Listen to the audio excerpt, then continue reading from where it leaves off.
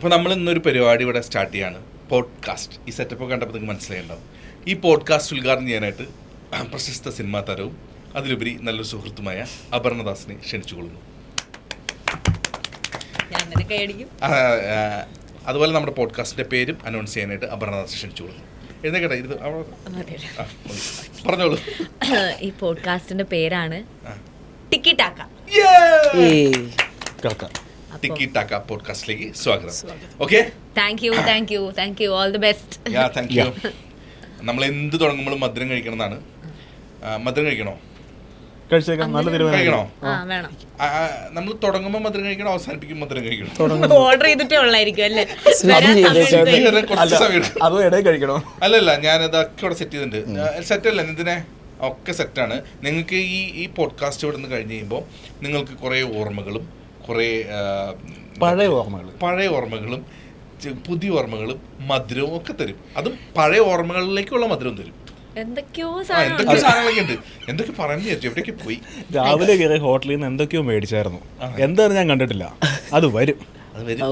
എടാ, മറ്റേ ഈ പോഡ്കാസ്റ്റില് ടാസ്കും അങ്ങനത്തെ സാധനങ്ങളൊന്നും ഇല്ലല്ലോ. ഞങ്ങൾ എന്ത് ചെയ്യുന്നു അത് നിങ്ങളും ചെയ്യുമല്ലോ. അങ്ങനെ ഇതൊരു കണ്ടുപിടിച്ചൊരു പോഡ്കാസ്റ്റ് രീതിയിൽ അതൊന്നുമില്ല. നീ എന്താ പറഞ്ഞ, ഇത് ഒരു ഇന്റർവ്യൂ പോലെയല്ല, നമ്മളിരുന്ന് സംസാരിക്കുന്നു. ഇന്റർവ്യൂ ഞങ്ങൾക്ക് അറിയില്ല,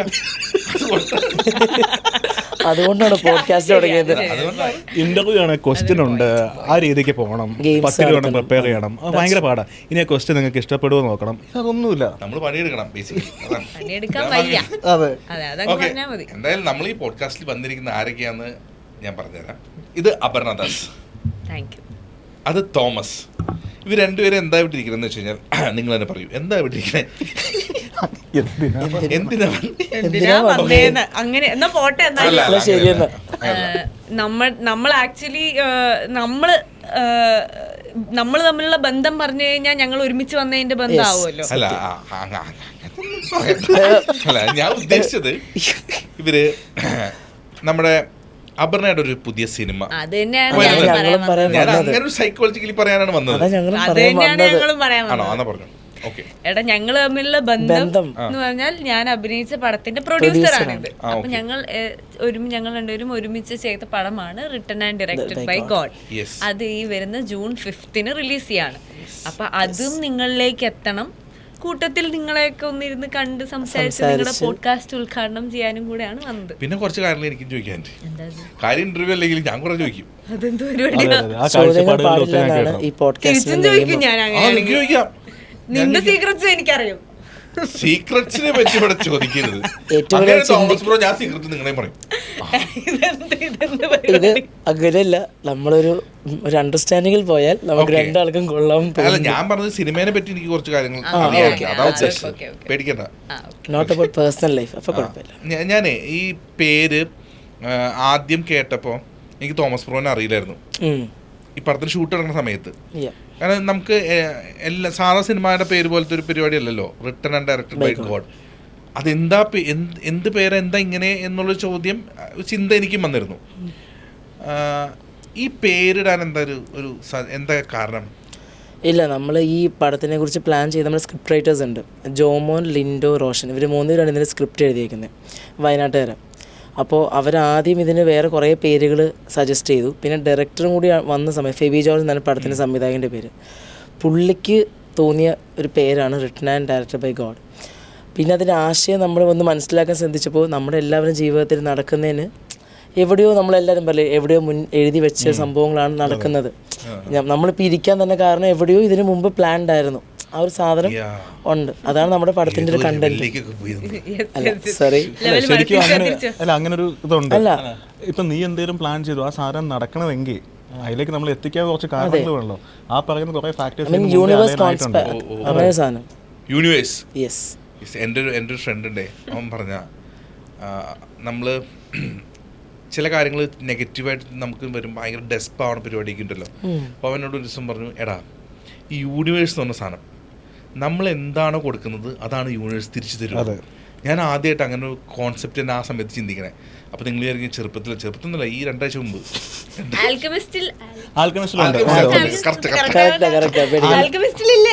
പക്ഷെ ഞാൻ ആൽക്കെമിസ്റ്റ് വായിച്ചിട്ടില്ല. ആൽക്കെമിസ്റ്റ് ഉണ്ട്, പിന്നെ മറ്റേ ബുക്ക് ഉണ്ട്, the power of subconscious mind, Joseph Murphy. കിഡിലും ബുക്ക്, മലയാളം ഉണ്ട്, ഇംഗ്ലീഷ് ഉണ്ട്.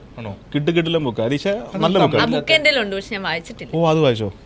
അത് ആൽക്കെമിസ്റ്റിനകത്ത് ആ പറഞ്ഞിരിക്കുന്ന തീമിന്റെ ഡീറ്റെയിൽഡ് എക്സ്പ്ലനേഷൻ ആണ് മറ്റേ ബുക്കിനകത്ത് വരിക. ഭയങ്കര രസമുള്ള ബുക്ക്. നമ്മൾ വായിച്ച ഒരു റെവലേഷൻ ആണ്. Nice book. പറഞ്ഞില്ലേ കുറച്ച് സ്റ്റാൻഡേർഡ് പോകണമെന്ന് പറഞ്ഞപ്പോൾ ഞാൻ പറഞ്ഞില്ല, ഒരുപാട് വായിക്കുന്നു തോന്നുന്നു. ആ ബുക്ക് ഞാൻ 2-3 വട്ടം വായിക്കും, പിന്നെ വായിച്ചിട്ടുണ്ട് കേട്ടോ. പക്ഷെ എനിക്ക് ആ ബുക്ക് ഏറ്റവും ഇഷ്ടപ്പെട്ടത്. അതൊരു കാരണം. പിന്നെ അതിനകത്ത് വേറെ കാര്യം, ആ സംഭവം വായിക്കുമ്പോൾ നമ്മൾ നെഗറ്റീവ് അടിച്ച് നിൽക്കുമ്പോഴാണ് ആ ബുക്ക് വായിക്കണമെങ്കിൽ നമുക്കൊരു ഭയങ്കര പോസിറ്റീവ് ഫീലാണ്. ഇനി നമ്മൾ പോസിറ്റീവായിട്ടിരിക്കുമ്പോഴാണ് വായിക്കണമെങ്കിൽ നമുക്ക് കുറച്ചും കൂടെ നമ്മുടെ വ്യൂ പോയിന്റ് ഓപ്പൺ ആവും. ഓ, ഇത് ഇങ്ങനെയുമാണ്, ഏത് രീതിയിലും ആ സാധനം വായിക്കാം. നമ്മുടെ ബൈബിളിലെ കോട്ടിനൊക്കെ ആ മീനിങ് ഉണ്ടെന്ന് കാണിക്കുന്ന ഒരു ബുക്കാണ്. നല്ല വായിക്കാറുണ്ട്. വീട്ടില് പ്രാർത്ഥിക്കുമ്പോ നിർബന്ധം ഞാൻ വായിക്കണം. ഒരു റീലുണ്ട്, ഞാൻ കഴിഞ്ഞ ദിവസം ഇതിനൊക്കെ ഒരു റീൽ അയച്ചു കൊടുത്തായിരുന്നു. ആ റീല് പോലെയാണ് നിന്റെ ബൈബിൾ വായന. ഞാനാ വായിക്കണം വീട്ടിൽ ബൈബിള്, പക്ഷെ ഞാൻ എപ്പോഴും പുതിയ നിയമം വായിക്കുള്ളൂ, അത് കുറച്ചുണ്ടാവുള്ളൂ.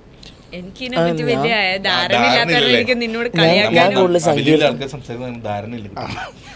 ഓക്കെ, ഈ റിട്ടൺ ആൻഡ് ഡയറക്റ്റഡ് ബൈ ഗോഡിലേക്ക് വരാം. അതാണ് നല്ലത്. ഈ ദൈവം, അതാണല്ലോ ഒരു കോൺസെപ്റ്റ്. ഞാൻ ട്രെയിലറും ടീസറും പരിപാടികളും കണ്ടപ്പം ദൈവം. അപ്പൊ അപർണ അടുത്ത് ചോദിക്കട്ടെ, ഇപ്പൊ അപർണ അടുത്ത് ഉണ്ടോന്നാണോ ഇല്ലോന്നോ? അല്ലല്ല, അതൊന്നുമല്ല. ദൈവം വന്നിട്ട് ആഗ്രഹം ചോദിച്ചാൽ എന്ത് പറയുന്നത്?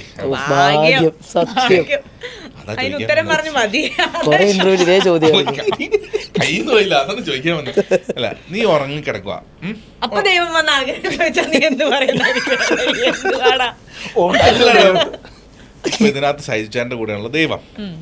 ഇപ്പൊ നിന്റെ കൂടെ ദൈവം വന്നേക്കാണ്. ഇപ്പം ദൈവം വന്നിട്ട് ഒരു 10 ദിവസം പറഞ്ഞേ ഞാൻ നിന്റെ കൂടെ ഉണ്ട്, നിനക്ക് ഇഷ്ടമുള്ള സ്ഥലത്തൊക്കെ പോവാ. അപ്പൊ ഇത്രയും ദിവസം ഇല്ലായിരുന്നു എന്നാണോ? അങ്ങനല്ല, ഒരു ഇതുപോലെ നിന്റെ വിശ്വാസമൊക്കെ 10 ദിവസം ഇപ്പൊ ഈ കുപ്പി നൊന്ന പൂന്നൊക്കെ പറയണല്ലേ, 10 ദിവസം ലീവിന് നിന്റെ കൂടെ ഉണ്ട്. 10 ദിവസം അപർണ പോണോടത്തൊക്കെ ദൈവം കൂടെ ഉണ്ട്, പക്ഷെ അപർണയ്ക്ക് മാത്രം കാണാൻ പറ്റുള്ളൂ. അപ്പൊ അപർണ ഇങ്ങനെ പോകുമ്പോ ഇപ്പം ഇഷ്ടമുള്ള 10 ദിവസം എന്തുവാണെങ്കിലും ഇഷ്ടമുള്ള ചെയ്യാം. ഒരു 3 കാര്യങ്ങൾ ഇഷ്ടമുള്ള പറയാൻ പറ്റുമോ? 10 ദിവസം ആണെങ്കിൽ 10 ദിവസം 3 കാര്യങ്ങൾ പറഞ്ഞാൽ മതി. ഇവിടെ ഞാൻ പനമ്പള്ളിയിൽ ഒരു നല്ല സ്ഥലം വാങ്ങിച്ചിട്ട്, അതിന് നീ എന്നോട് പറഞ്ഞ ഞാൻ കൊണ്ടുപോയില്ലേ? സ്ഥലം വാങ്ങിച്ചിട്ട് നീ നീ പോയി സ്ഥലം കാണിച്ചുകൊണ്ട് ഒരു 10-12 സെന്റ് മതി സ്ഥലത്ത് ഒരു നല്ലൊരു ലോകം കാണാൻ വന്ന ദൈവത്തിനെ ലോൺ എടുപ്പിക്കുന്നു. വീട് വെക്കും. പിന്നെ എന്റെ അക്കൗണ്ടില് നല്ല കുറച്ചധികം പൂജ്യങ്ങളുള്ള ഒരു ബാങ്ക് ബാലൻസ് വെക്കും. ഇപ്പൊ 2 കാര്യം കഴിഞ്ഞ് പിന്നെ ഞാൻ എവിടെയെങ്കിലും ഒരു ട്രിപ്പ് പോവും. നല്ല എവിടെയെങ്കിലും ഒരു ഞാൻ പറയുമ്പോൾ ഒരു 10 ദിവസമല്ലേ ഉള്ളത്. 10 ദിവസം ഞാൻ അന്നോ കുഴപ്പമില്ല, ഞാൻ ആദ്യം തന്നെ ഒരു മാസത്തേക്കുള്ള ഹോട്ടലും ഇതെല്ലാം ബുക്ക് ചെയ്യിപ്പിക്കും. 10 ദിവസം കഴിഞ്ഞ് ദൈവം പോയിക്കോട്ടെ, ഞാൻ എല്ലാം കഴിഞ്ഞ് വരാലോ. പിന്നെ തിരിച്ചു വരുമ്പോ ബാങ്ക് ബാലൻസ് വീടും ഒക്കെ ഉള്ളത് കൊണ്ട് ബാക്കി കാര്യങ്ങള് ബേസിക്കലി ദൈവം വരുന്നത് ജോൺ ഹോനെ വന്ന പോലെ പെട്ടിൽ ബാക്കി കാര്യങ്ങൾ നല്ല കാര്യങ്ങൾ അത് കഴിഞ്ഞ് ഞാൻ ചെയ്യും. പ്രയോറിറ്റി ഇതൊക്കെ ഇപ്പൊ എനിക്ക് അത്രയും പൈസയും അത്രയും കഴിഞ്ഞ് കഴിഞ്ഞാൽ ഞാൻ ആ പൈസ കൊണ്ട് എന്റെ ആവശ്യങ്ങളുടെ കൂടെ എന്നെ കൊണ്ട് പറ്റുന്ന രീതിയിൽ ആൾക്കാരെ ഞാൻ സഹായിക്കും. അങ്ങനത്തെ കാര്യങ്ങളൊക്കെ ചെയ്യും. ഞാൻ അങ്ങനെ ചെയ്യുന്നില്ല എന്നല്ല, പക്ഷെ ആദ്യം എനിക്കത് കിട്ടണമല്ലോ, എന്നാലല്ലേ എനിക്ക് സഹായിക്കുമ്പോ മറ്റേ അങ്കമാലുള്ള മറ്റേ ഒരു പയ്യല്ലേ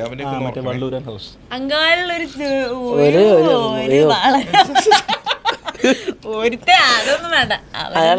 മൂവാറ്റുണ്ട് പുള്ളി പാവ, പടം പ്രൊഡ്യൂസ് ചെയ്ത അതായത് ദൈവം ഇപ്പൊ എപ്പോഴെങ്കിലും വരണമെന്ന് പ്ലാൻ ചെയ്തിട്ടുണ്ടെങ്കിൽ അത് ക്യാൻസൽ ചെയ്തിട്ടുണ്ടാവും. നിന്നോടാണ്, നിന്റെ അടുത്താണ് വരുന്നെങ്കിൽ എന്തായിരിക്കും 3 കാര്യങ്ങൾ? എനിക്ക് ഒന്ന്, എനിക്ക് എത്ര ആയുസ്സുണ്ട് എനിക്കറിയണം. ഞാൻ എന്ന് മരിക്കും എനിക്കറിയണം. എനിക്കറിയണം. അപ്പൊ ഞാൻ എക്സ്റ്റെൻഡ് ചെയ്തു. അപ്പൊ 2 ആഗ്രഹം തീർന്നില്ലേ? എനിക്ക് അങ്ങനത്തെ ആഗ്രഹം മതി. നിനക്ക് കുറെ കാലം നിനക്ക് ഒരു സന്തോഷവും സമാധാനവും പൈസയും ദാരിദ്ര്യത്തില് ഒരു മറ്റേ മരിക്കാതെ ജീവിച്ചാ മതിയോ? അല്ല, ഈ 2 ആഗ്രഹങ്ങൾ പറഞ്ഞ അടുത്ത ആഗ്രഹം എനിക്ക് ഇത് വേറെ വരല്ലോ. എനിക്ക് മറ്റേ കമ്മട്ടം വേണം, നോട്ടടിക്കണ കമ്മട്ടം. അതൊക്കെ തരും, പക്ഷെ അത് അടിച്ച് ഇറക്കാൻ ഇവിടെ സമ്മതിക്കൂല. അത് ഒറിജിനൽ തന്നെ. അല്ലെങ്കിൽ എനിക്ക് ഇത്ര മതി, എനിക്ക് ഇങ്ങനത്തെ ആഗ്രഹമൊന്നും, ഒറ്റ ആഗ്രഹമുള്ളൂ, എനിക്കൊരു ഒരു +2 കാലഘട്ടത്തിലേക്ക് പോകണം, ടൈം ട്രാവൽ ചെയ്യണം. എന്തിന്? വീണ്ടും ജീവിച്ച് ഇവിടെ എത്തണ്ടേ? വേണ്ട, അന്നത്തെ മിസ്റ്റേക്കുകളൊക്കെ തിരുത്താനായിരിക്കും. മിസ്റ്റേക്സ് ഒന്നുമില്ല, മിസ്റ്റേക്സ് ഒന്നുമില്ല, വെറുതെ അത് നല്ല രസമല്ലേ പാടത്ത് കളിക്കാൻ പോകുന്നതും മറ്റേ ഒരു ടെൻഷൻ ഇല്ലാണ്ട് നടക്കുന്ന നല്ല രസമല്ലേ. എനിക്ക് അത് എൻജോയ് ചെയ്യണം. ഞാൻ ചില പാട്ടുകളൊക്കെ കേൾക്കുമ്പോൾ ഇങ്ങനെ ആലോചിക്കാറുണ്ട് പണ്ടത്തെ പരിപാടിയൊക്കെ. അങ്ങനത്തെ ആ ചെറിയ ചെറിയ ആഗ്രഹങ്ങളുള്ളൂ എനിക്ക്. ആ സമയത്ത് ടെൻഷൻ ഇല്ല, അത് ശരിയാ. ഒന്നിനെ പറ്റി ബോധമില്ല. അയ്യോ, നീ ഭൂമി തിരിച്ചാ ഞങ്ങളൊക്കെ പഴയ കാലത്തിൽ നിനക്ക് ഇഷ്ടമല്ല? അല്ല, എനിക്ക് ഐ ലൈക്ക് ഇറ്റ്, പക്ഷെ I don't want to come back here. അവിടെ തന്നെ നിൽക്കാൻ പറ്റുമെങ്കിൽ ഓക്കെ. ഇതിന് ഇത്രയും ജീവിച്ച് വീണ്ടും എക്സാം ഒക്കെ പാസ്സായി ദൈവമേ വീണ്ടും ഇവിടെ വരെ എത്തണ്ടേ? അങ്ങനെയില്ല, സ്വിച്ചിട്ട പോലെ ബാക്കിൽ പോകണം. നമുക്ക് ഇഷ്ടമുള്ളപ്പോ വന്നാൽ മതി, ഇഷ്ടമുള്ളപ്പോ ബാക്ക് ടു ഈ സമയത്ത് തന്നെ. ഇങ്ങനെ അങ്ങോട്ടും ഇങ്ങോട്ടും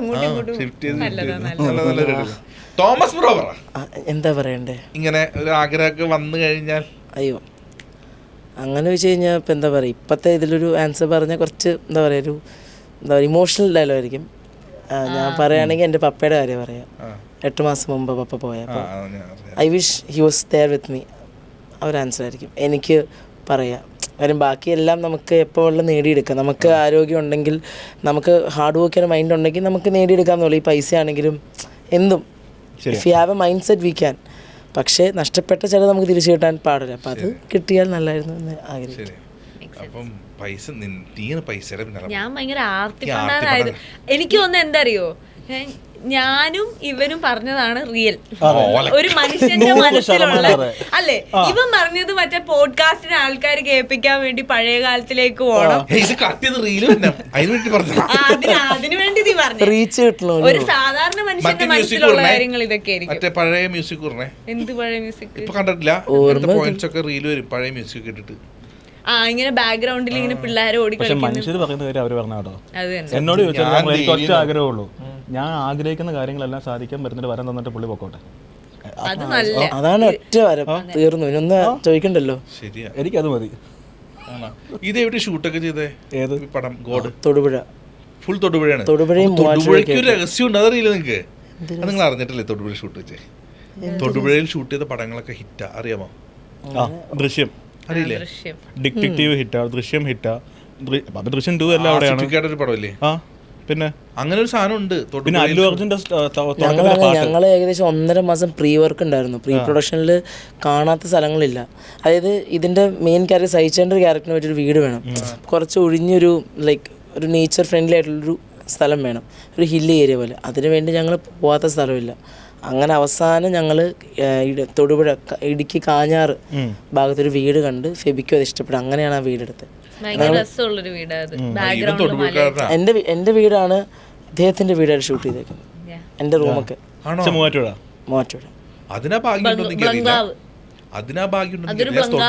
ഭാഗ്യമുണ്ടായി പ്രൊഡ്യൂസറിന്റെ വീട്. എത്ര സിമ്പിൾ ആയ ഒരു പ്രൊഡ്യൂസറിനെ എവിടെ കിട്ടും? അത് ശരി, ഇവൻ പ്രൊഡ്യൂസർ മാത്രമല്ല, ഇവൻ സെറ്റിൽ എല്ലാമായിട്ടാണ് ഇവൻ ജോലി എടുക്കുന്നത്. എന്നെ ഇടയ്ക്ക് പിക്കാറുണ്ട്, ഇറങ്ങി പണിയെടുക്കുന്ന പ്രൊഡ്യൂസറാണ്. പ്രൊഡക്ഷനിലേക്ക് വരാനുള്ള കാരണം എന്താ എന്നോട് പറഞ്ഞു ഈ കേസ്. അല്ല, സാധാരണ ആൾക്കാർക്ക് ചെറുപ്പത്തിലേക്ക് നമുക്ക് ഈ മറ്റേ സിനിമയിൽ അഭിനയിക്കണം അങ്ങനത്തെ താല്പര്യങ്ങളായിരിക്കുമല്ലോ, അല്ലെ സിനിമ ഡയറക്റ്റ് ചെയ്യണം, പ്രൊഡ്യൂസർ ആയിട്ട് വരും. എൻ്റെ ഒറ്റ മൈൻഡ് സെറ്റ് ഇസ് ബിസിനസ്. ഞാൻ ചെറുപ്പത്തില് അല്ല അങ്ങനെയല്ല, ചെറുപ്പത്തിൽ പപ്പോടുള്ള കോൺവെർസേഷനിൽ ചുമ്മാ ചോദിക്കുന്നത് അപ്പോൾ എന്താ ചെയ്യേണ്ടതെന്ന് ചോദിക്കാൻ എന്നോട്. അപ്പോൾ ഞാൻ പറയും എനിക്ക് പണി എടുക്കാൻ താല്പര്യം, എനിക്ക് പണി കൊടുക്കാൻ താല്പര്യം. ഐ മീൻ ഞാൻ ഒരു കമ്പനി സ്റ്റാർട്ട് ചെയ്യുക and I should be capable of giving work to ഒരു 10 പേർക്കെങ്കിലും വർക്ക് കൊടുക്കാൻ പറ്റും. ഞാൻ കാരണം ഒരു 10 പേര് വീടെങ്കിലും നടന്നു പോവുക എന്നാഗ്രഹിക്കുന്ന ഒരു വ്യക്തിയാണ്. പിന്നെ സ്വന്തമായിട്ടൊരു ബ്രാൻഡ് ബിൽഡ് ചെയ്യാൻ പറ്റുക എന്ന് പറയുന്നത് ആ ഒരു കിക്ക് വേറൊരു കിക്കാണ്. അത് ചെയ്യുന്നവർക്കറിയാം. അതൊന്ന് ആ ഒരു പ്രോസസ്സ് ഉണ്ട്. അതൊന്ന് ഹിറ്റ് അടിക്കുന്ന വരെ ഭയങ്കര പാടായിരിക്കും. പക്ഷേ വൺസ് ആ ബ്രാൻഡ് ബിൽഡായി കഴിഞ്ഞാൽ ഒരു രസം. അപ്പോൾ ഞാൻ ശരിക്കും പറഞ്ഞു കഴിഞ്ഞാൽ നമ്മുടെ മാർക്സ്റ്റോൺ എന്നൊരു ടെക്സ്റ്റൈൽസിൻ്റെ ബ്രാൻഡ് ഞാൻ സ്റ്റാർട്ട് ചെയ്തിട്ടുണ്ടായിരുന്നു. അപ്പോൾ അതിൻ്റെ ഉദ്ഘാടനം ആസിഫിക്കയും നമിത പ്രമോദുമാണ് ചെയ്തത്. അപ്പോൾ അന്ന് ആസിഫിക്കയ്ക്ക് വരെ ഞാൻ ആദ്യം നമുക്ക് ചാക്കോച്ചനെ ആണ് ഫസ്റ്റ് ട്രൈ ചെയ്യുന്നത്. അപ്പോൾ അന്ന് ചാക്കോച്ചനെ പരിചയപ്പെടാൻ വേണ്ടി ഇൻസ്റ്റഗ്രാമും ഫേസ്ബുക്ക് തപ്പിയപ്പോൾ സനൂപ് എന്ന് പറഞ്ഞൊരു വ്യക്തിയുടെ നമ്പർ കിട്ടുന്നത്. പുള്ളിയുടെ മാനേജറായിരുന്നു പുള്ളി. പക്ഷേ അവിടെ നിന്ന് ഇറങ്ങി സ്വന്തമായിട്ട് റോയി എന്ന് പറഞ്ഞൊരു പടമൊക്കെ പ്രൊഡ്യൂസ് ചെയ്ത് ഇരിക്കുന്നൊരു സമയമാണ്. അങ്ങനെ പുള്ളി ത്രൂ ആണ് ഞാൻ മറ്റേ പരിപാടിയൊക്കെ നടത്തി എല്ലാം സെറ്റ് ചെയ്ത് വന്ന സമയത്ത് പുള്ളി ഒരു കഥയുണ്ട്, നീ കേൾക്കുന്നുണ്ടെങ്കിൽ പറയാമെന്ന് പറഞ്ഞു. അപ്പോൾ ഞാനന്ന് ചുമ്മാ പറഞ്ഞതാണ്, പ്രൊഡക്ഷനൊക്കെ ഒരു ഫിലിം ഇൻഡസ്ട്രിയിലേക്ക് എനിക്ക് കാല് വയ്ക്കണം താല്പര്യമുണ്ടെന്ന് ചുമ്മാ പറഞ്ഞതാണ്. അങ്ങനെ ഒരു ദിവസം നമ്മുടെ പനമ്പള്ളിയിൽ വെച്ചിട്ട് പുള്ളി വന്നതിനോട് കഥ പറഞ്ഞു, ഫെബി ഉണ്ടായിരുന്നു. അങ്ങനെ കഥ ഭയങ്കര ഇൻട്രസ്റ്റിങ്, കാര്യം ഒരു സോൾഫുൾ കഥയാണ്. നമുക്ക് ചുമ്മാ ഒരു തിയേറ്റർ എക്സ്പീരിയൻസ് ഉണ്ടാവും, ബട്ട് മോർ ദാൻ ദാറ്റ് നമുക്ക് കുറച്ച് മോറൽസ് നമുക്ക് ഉൾക്കൊള്ളാൻ പറ്റും നമ്മുടെ ലൈഫിലേക്ക്. ബേസിക്കലി നമ്മൾ ഏതൊരു പടം കാണുമ്പോഴും എന്തെങ്കിലും നമുക്ക് ഉൾക്കൊള്ളാൻ പറ്റിക്കഴിഞ്ഞാൽ, കാര്യം ഫിലിം എന്ന് പറയുന്ന സാധനം കുറച്ചും കൂടി ഇൻട്രാക്റ്റീവ് ആയിരിക്കും ആൾക്കാരിലേക്ക്, മാറ്റങ്ങൾ വരുത്താനൊക്കെ ആയിട്ടാണ് നല്ലൊരു സിനിമയ്ക്ക് പറ്റും. ഇപ്പോൾ മാർക്കോനെ കുറിച്ച് പറഞ്ഞു കേട്ടില്ലേ, മാർക്കോ പോലത്തേത് കണ്ട് ആൾക്കാർ ഇൻഫ്ലുവൻസ് ആവുന്നുണ്ടെന്ന് പറയുന്നുണ്ട്. അതേപോലെ നല്ലൊരു പടം ചെയ്യാൻ പറ്റിക്കഴിഞ്ഞാൽ അതും ഇൻഫ്ലുവൻസ് ആയി കഴിഞ്ഞാൽ നല്ലതായിരിക്കുമല്ലോ. സോ കഥയാണ് ബേസിക്കലി എനിക്ക് ഇഷ്ടപ്പെട്ടത്. Then I just when with the flow. അങ്ങനെ 2 പടവും ചെയ്തു. അങ്ങനെയാണ് പ്രൊഡക്ഷനിലേക്ക് എത്തുന്നത്. അതെ, കൊള്ളാം. ഞാൻ ഇവരോട് ഇങ്ങോട്ട് വന്ന് പറഞ്ഞേ, ഇപ്പം മലയാളത്തിലെ ഒരു യങ്ങസ്റ്റ് പ്രൊഡ്യൂസറാണ്. ഇതിനു മുമ്പ് ലിസ്റ്റൻ സ്റ്റീഫൻ വന്ന സമയത്ത് 22 ആയിരുന്നു. അതെ, അല്ല ഇപ്പോൾ ഉള്ളതിൽ എനിക്ക് തോന്നുന്നു. ഇപ്പോൾ വേറെ ഏതോ ഒരു റിയ ഷിബു എന്ന് ഞാൻ ഇൻസ്റ്റാഗ്രാമിൽ കണ്ടിട്ടുണ്ട്. എനിക്ക് മനസ്സിലായി. അല്ലേ, പുള്ളിക്കാരത്തി എന്താ പ്രൊഡ്യൂസർ എന്ന് ഞാൻ ഇങ്ങനെ കേട്ടു. അതൊരു കമ്പനി, പുള്ളിക്കാരി ഓൺ ചെയ്യുന്ന കമ്പനി എനിക്ക് തോന്നുന്നു. അവരുടെ ഫാമിലി പിന്നെ വേറെ ഉണ്ട്, ആളുടെ ഫാദറെ പ്രൊഡ്യൂസറാണ്. സോ ദാറ്റ് ആ ഒരു ഹെയർഷിപ്പ് ഉണ്ട്. ഇതങ്ങനെയല്ലേ, ഇത് ഇൻഡിവിജ്വൽ ഇതിന് ഞാൻ ഒറ്റയ്ക്ക് തന്നെ ലിസ്റ്റിനെ പറയാം. ട്രാഫിക് അതെ. എല്ലാവരും ചിലർ പറയും 21, 22 കണ്ട 22. ഞാൻ ഷൂട്ട് ചെയ്യുന്ന സമയത്ത് എനിക്ക് 21, not 23. അതും 2 പടം കംപ്ലീറ്റ് ചെയ്തില്ലേ? രണ്ടാമത്തെ പടം ഇതിന്റെ ഇടയിൽ തന്നെ നടന്ന ജേർണിയാണോ, ഇതിന്റെ ഇടയിൽ കേട്ട കഥയാണോ? അതായത് ഫസ്റ്റ് പടം ഞാൻ അതിൽ അന്ന് ഈ പറഞ്ഞ പോലെ ഒരു പാർട്ട്ണർ ഉണ്ടല്ലോ, അപ്പോൾ പുള്ളി ഉണ്ടായിരുന്നു. സെക്കൻഡ് പടം ഈ പറഞ്ഞ പോലെ ഭയങ്കര കോയിൻസിഡൻസിൽ എനിക്കൊരു കഥ, അത് ഈ സെയിം സ്ക്രിപ്റ്റ് റൈറ്റേഴ്സിൻ്റെ കഥ, ജോമോൻ്റെയും ലിൻഡോയുടെയും കഥയാണ്. സോ അവരിങ്ങനെ ഒരു കഥയുണ്ട്, ഒരു ഫീമെയിൽ ഓറിയൻറ്റഡ് സബ്ജക്റ്റാന്ന് പറഞ്ഞു. അപ്പോൾ അവരോട് കഥ പറഞ്ഞു. അപ്പോൾ അവരുടെ പ്ലാനിങ്ങിൽ അപർണ ദാസിനെ ഒന്ന് കാസ്റ്റ് ചെയ്യാമെന്ന് പറഞ്ഞു. അങ്ങനെ അന്ന് എനിക്ക് തോന്നുന്നു ഒരു ഈവനിങ്ങാണ് ഞാൻ വിളിക്കുന്നത്, ഒരു കഥയുണ്ട് കേൾക്കുന്നുണ്ടോ എന്ന്. അങ്ങനെ മൊബൈൽ ത്രൂ എൻ്റെ കഥ എങ്ങാണ്ട് പറഞ്ഞ് വന്നായിരുന്നോ? ആ, ഒന്ന് ഞാൻ ഉണ്ടായിരുന്നില്ല, അവർ മാത്രമേ വന്നു. അങ്ങനെ കഥ പറഞ്ഞ് ആൾ ഓക്കെ പറഞ്ഞു, ഞാനും ഓക്കെ പറഞ്ഞ്. അല്ല, ഇത് കഴിഞ്ഞ് ഉടനെ ഇറങ്ങും. ജൂലൈ ഓഗസ്റ്റ് ആകുമ്പോൾ ആ പടം ഇറങ്ങും. അത് പോസ്റ്റ് പ്രൊഡക്ഷൻ സ്റ്റേജിലാണ്.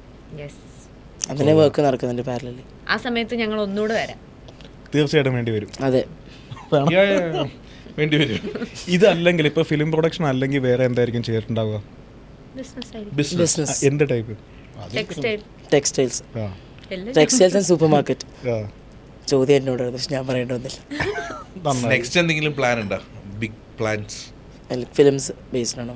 എന്തെങ്കിലും ഒരു നെക്സ്റ്റ് പ്രൊജക്റ്റോ അങ്ങനെ എന്തെങ്കിലും? നെക്സ്റ്റ് പ്രൊജക്റ്റ് എന്ന് പറഞ്ഞാൽ കഥകൾ, ഐ മീൻ ഒബ്വിയസ്ലി കുറേ കഥകൾ കേൾക്കുന്നുണ്ട്. ഇൻസ്റ്റാഗ്രാമിൽ എനിക്ക് ഒരുപാട് ഈ പറയുന്ന പോലെ സ്ക്രിപ്റ്റ് റൈറ്റേഴ്സും ഡയറക്ടേഴ്സും അസിസ്റ്റൻറ്റ് ഡയറക്ടേഴ്സും ഒക്കെ മെസ്സേജ് അയക്കുന്നുണ്ട്, കുറേ കോൾസ് വരുന്നുണ്ട്. അപ്പോൾ ഞാൻ കുറേ കഥകൾ കേട്ട് വെച്ചിട്ടുണ്ട്. പക്ഷേ ഫസ്റ്റ് ഈ 2 കഴിഞ്ഞിട്ട് ഡിസൈഡ് ചെയ്യാം എന്നൊരു പ്ലാനിലാണ്. ഇനി പുതിയ പ്രൊജക്ട്സ് ഒന്നുമില്ല. Waiting for this to release. ഇതൊന്ന് ഹിറ്റ് ആവട്ടെ എന്നൊരാഗ്രഹം. ഇതെന്തായാലും വന്ന് കിട്ടും, കാര്യം ഇതും ഒരു ഫ്ലോയിൽ വന്നതാണല്ലോ. അപ്പോൾ അടുത്തത് ഇതുപോലെ തന്നെ വന്ന് കിട്ടും. അങ്ങനെയാണ്, നമ്മളറിയാണ്ട് നമുക്ക് ഒരു ഗേറ്റ് നമ്മളിലേക്ക് വന്ന് കിട്ടുന്നത്. എല്ലാ പരിപാടിയും കഴിയുമ്പോഴും അടുത്തടുത്ത് എങ്ങനെയെങ്കിലും. ഞാൻ തോമസ് ബ്രോനെ പരിചയപ്പെട്ട അപർണയും ഞാനും ഏതോ ഒരു സ്ഥലത്ത് നിൽക്കുമ്പോൾ നിങ്ങൾ 2ാമത്തെ പടത്തിൻ്റെ ഒരു കാസ്റ്റിംഗ് മാത്രം ആയിട്ടില്ല എന്നൊരു കോൺസെപ്റ്റ് എൻ്റെ അടുത്ത് പറഞ്ഞു.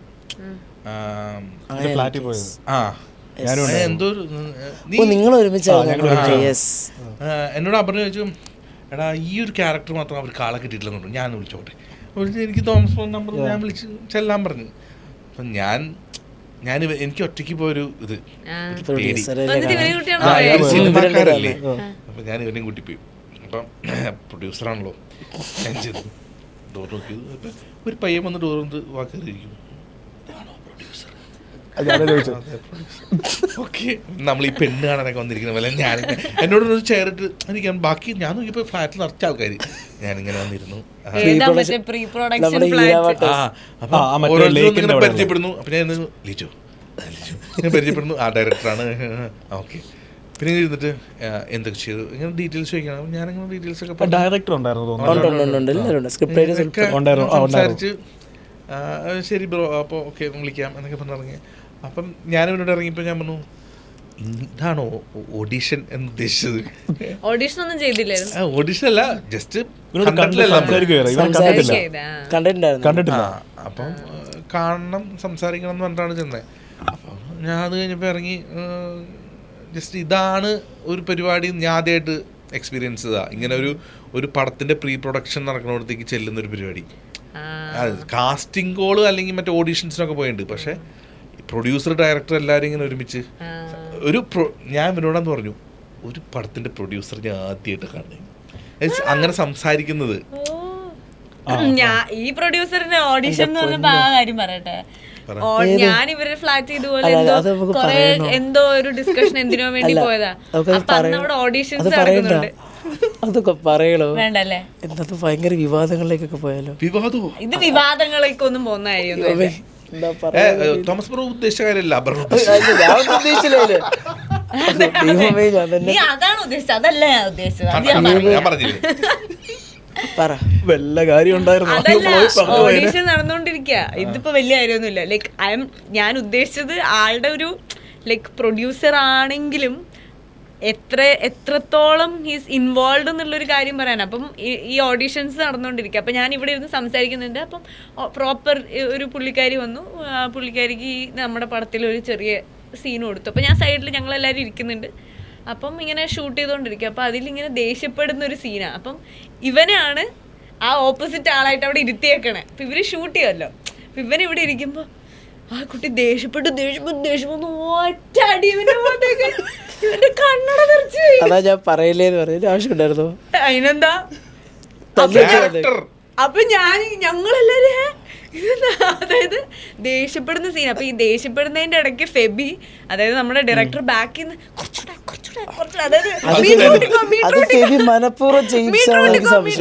പറയുന്നുണ്ട്. എന്നിട്ട് ഇവന്റെ ഇവിടെയൊക്കെ ചോന്ന് കണ്ണൊന്നുമില്ല. എക്സാജറേറ്റ് ചെയ്യണ്ട. എന്നുള്ളതാണ് ഇവിടെ നമ്മൾ പ്രൂവ് ചെയ്യാൻ ഉദ്ദേശിച്ചത്. കട്ട് ചെയ്തിട്ട് പ്രൊഡ്യൂസർ തല്ലുകൊണ്ടെന്ന് അല്ല, ഇത് ഓഡീഷനിലാണ് കേട്ടോ. ഓഡീഷൻ ഞാൻ അവിടെ വിറ്റ്നസ് ആണ്. ഞാൻ വേറൊരു കാര്യം ചോദിക്കട്ടെ, ആ ആളെ കാസ്റ്റ് ചെയ്തായിരുന്നു അത്ര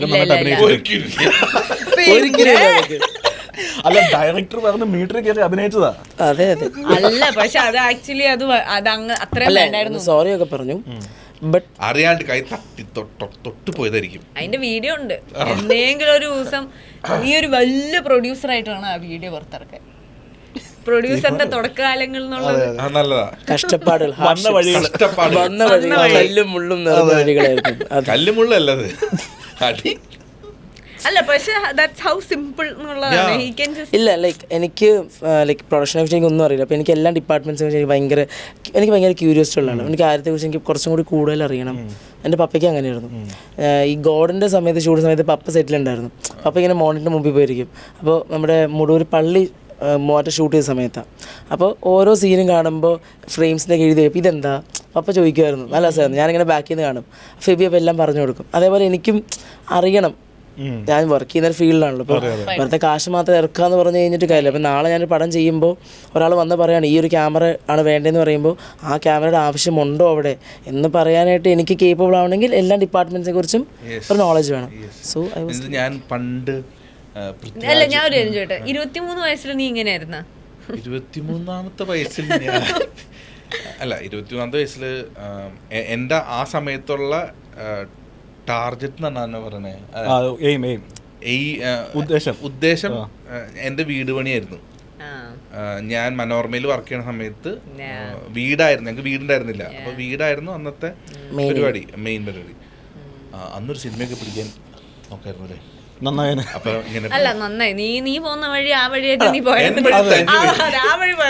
ഓരോ ആൾക്കാരോട് താല്പര്യം, ഇഷ്ടം, ആ സമയത്തെ സാഹചര്യം. അതാ കറക്റ്റ്. ഞാൻ ഇടയ്ക്ക് ഇവനോട് പറയാറുണ്ട്, നമുക്ക് ആവശ്യമുള്ള ചിലപ്പോൾ യൂണിവേഴ്സിൻ്റെ പരിപാടികളായിരിക്കും, ആവശ്യമുള്ള സമയത്ത് നമ്മൾ പോലും ചിന്തിക്കാത്ത പല കാര്യങ്ങളും നമ്മുടെ അടുത്തേക്ക് കൊണ്ടുവരും. ഇപ്പം ഇപ്പം ഞാൻ വീട് വേണ്ട കേസ് പറഞ്ഞപ്പോഴാണ് ഞാൻ ഓർത്തത്. ആ സമയത്ത് എൻ്റെ വിദ്യാഭ്യാസം വെച്ച് എനിക്ക് നല്ലൊരു ജോലി പോലും കിട്ടില്ല ആ സമയത്ത്. പക്ഷേ ഈ അഭിനയമോഹം ഉള്ളതുകൊണ്ട് നമുക്ക് എങ്ങനെയും സിനിമക്കാരെ കണക്ട് ചെയ്യണമല്ലോ, പരിചയപ്പെടണം. അതിനുവേണ്ടി ചാനലിൽ കയറി, എളുപ്പപ്പണി അതാണല്ലോ. ഇന്നുള്ള പോലെ മറ്റേ സോഷ്യൽ മീഡിയ പരിപാടി ഇല്ല. ചാനലിൽ കയറിയ ഒരു ബന്ധം ഉണ്ടാക്കാം എന്ന് പറഞ്ഞിട്ടാണ് അങ്ങനെ പണിയെടുക്കാൻ പോയത്. പക്ഷെ അവിടെ നിന്ന് ഒരു വീടുണ്ടാക്കാൻ എനിക്ക് പറ്റി. Yeah. അതാണ് യൂണിവേഴ്സിൻ്റെ ഒരു പരിപാടിയിലായിരിക്കും. ഒരിക്കൽ ഞാൻ ഈ പ്രൊഡ്യൂസർ കേസ് പറഞ്ഞാൽ പൃഥ്വിരാജ് ഒരു രാജേട്ടൻ്റെ ഒരു ഇൻ്റർവ്യൂവിൽ പണ്ട് ഉറുമി പ്രൊഡ്യൂസ് ചെയ്യുന്നത് അവരാണല്ലോ. അപ്പം ഉറുമി കഴിഞ്ഞിട്ട് രാജേട്ടൻ്റെ ഒരു ഇൻ്റർവ്യൂവിൽ പറഞ്ഞ എന്തൊരു മോട്ടറിൻ്റെ റെൻറ്റ്,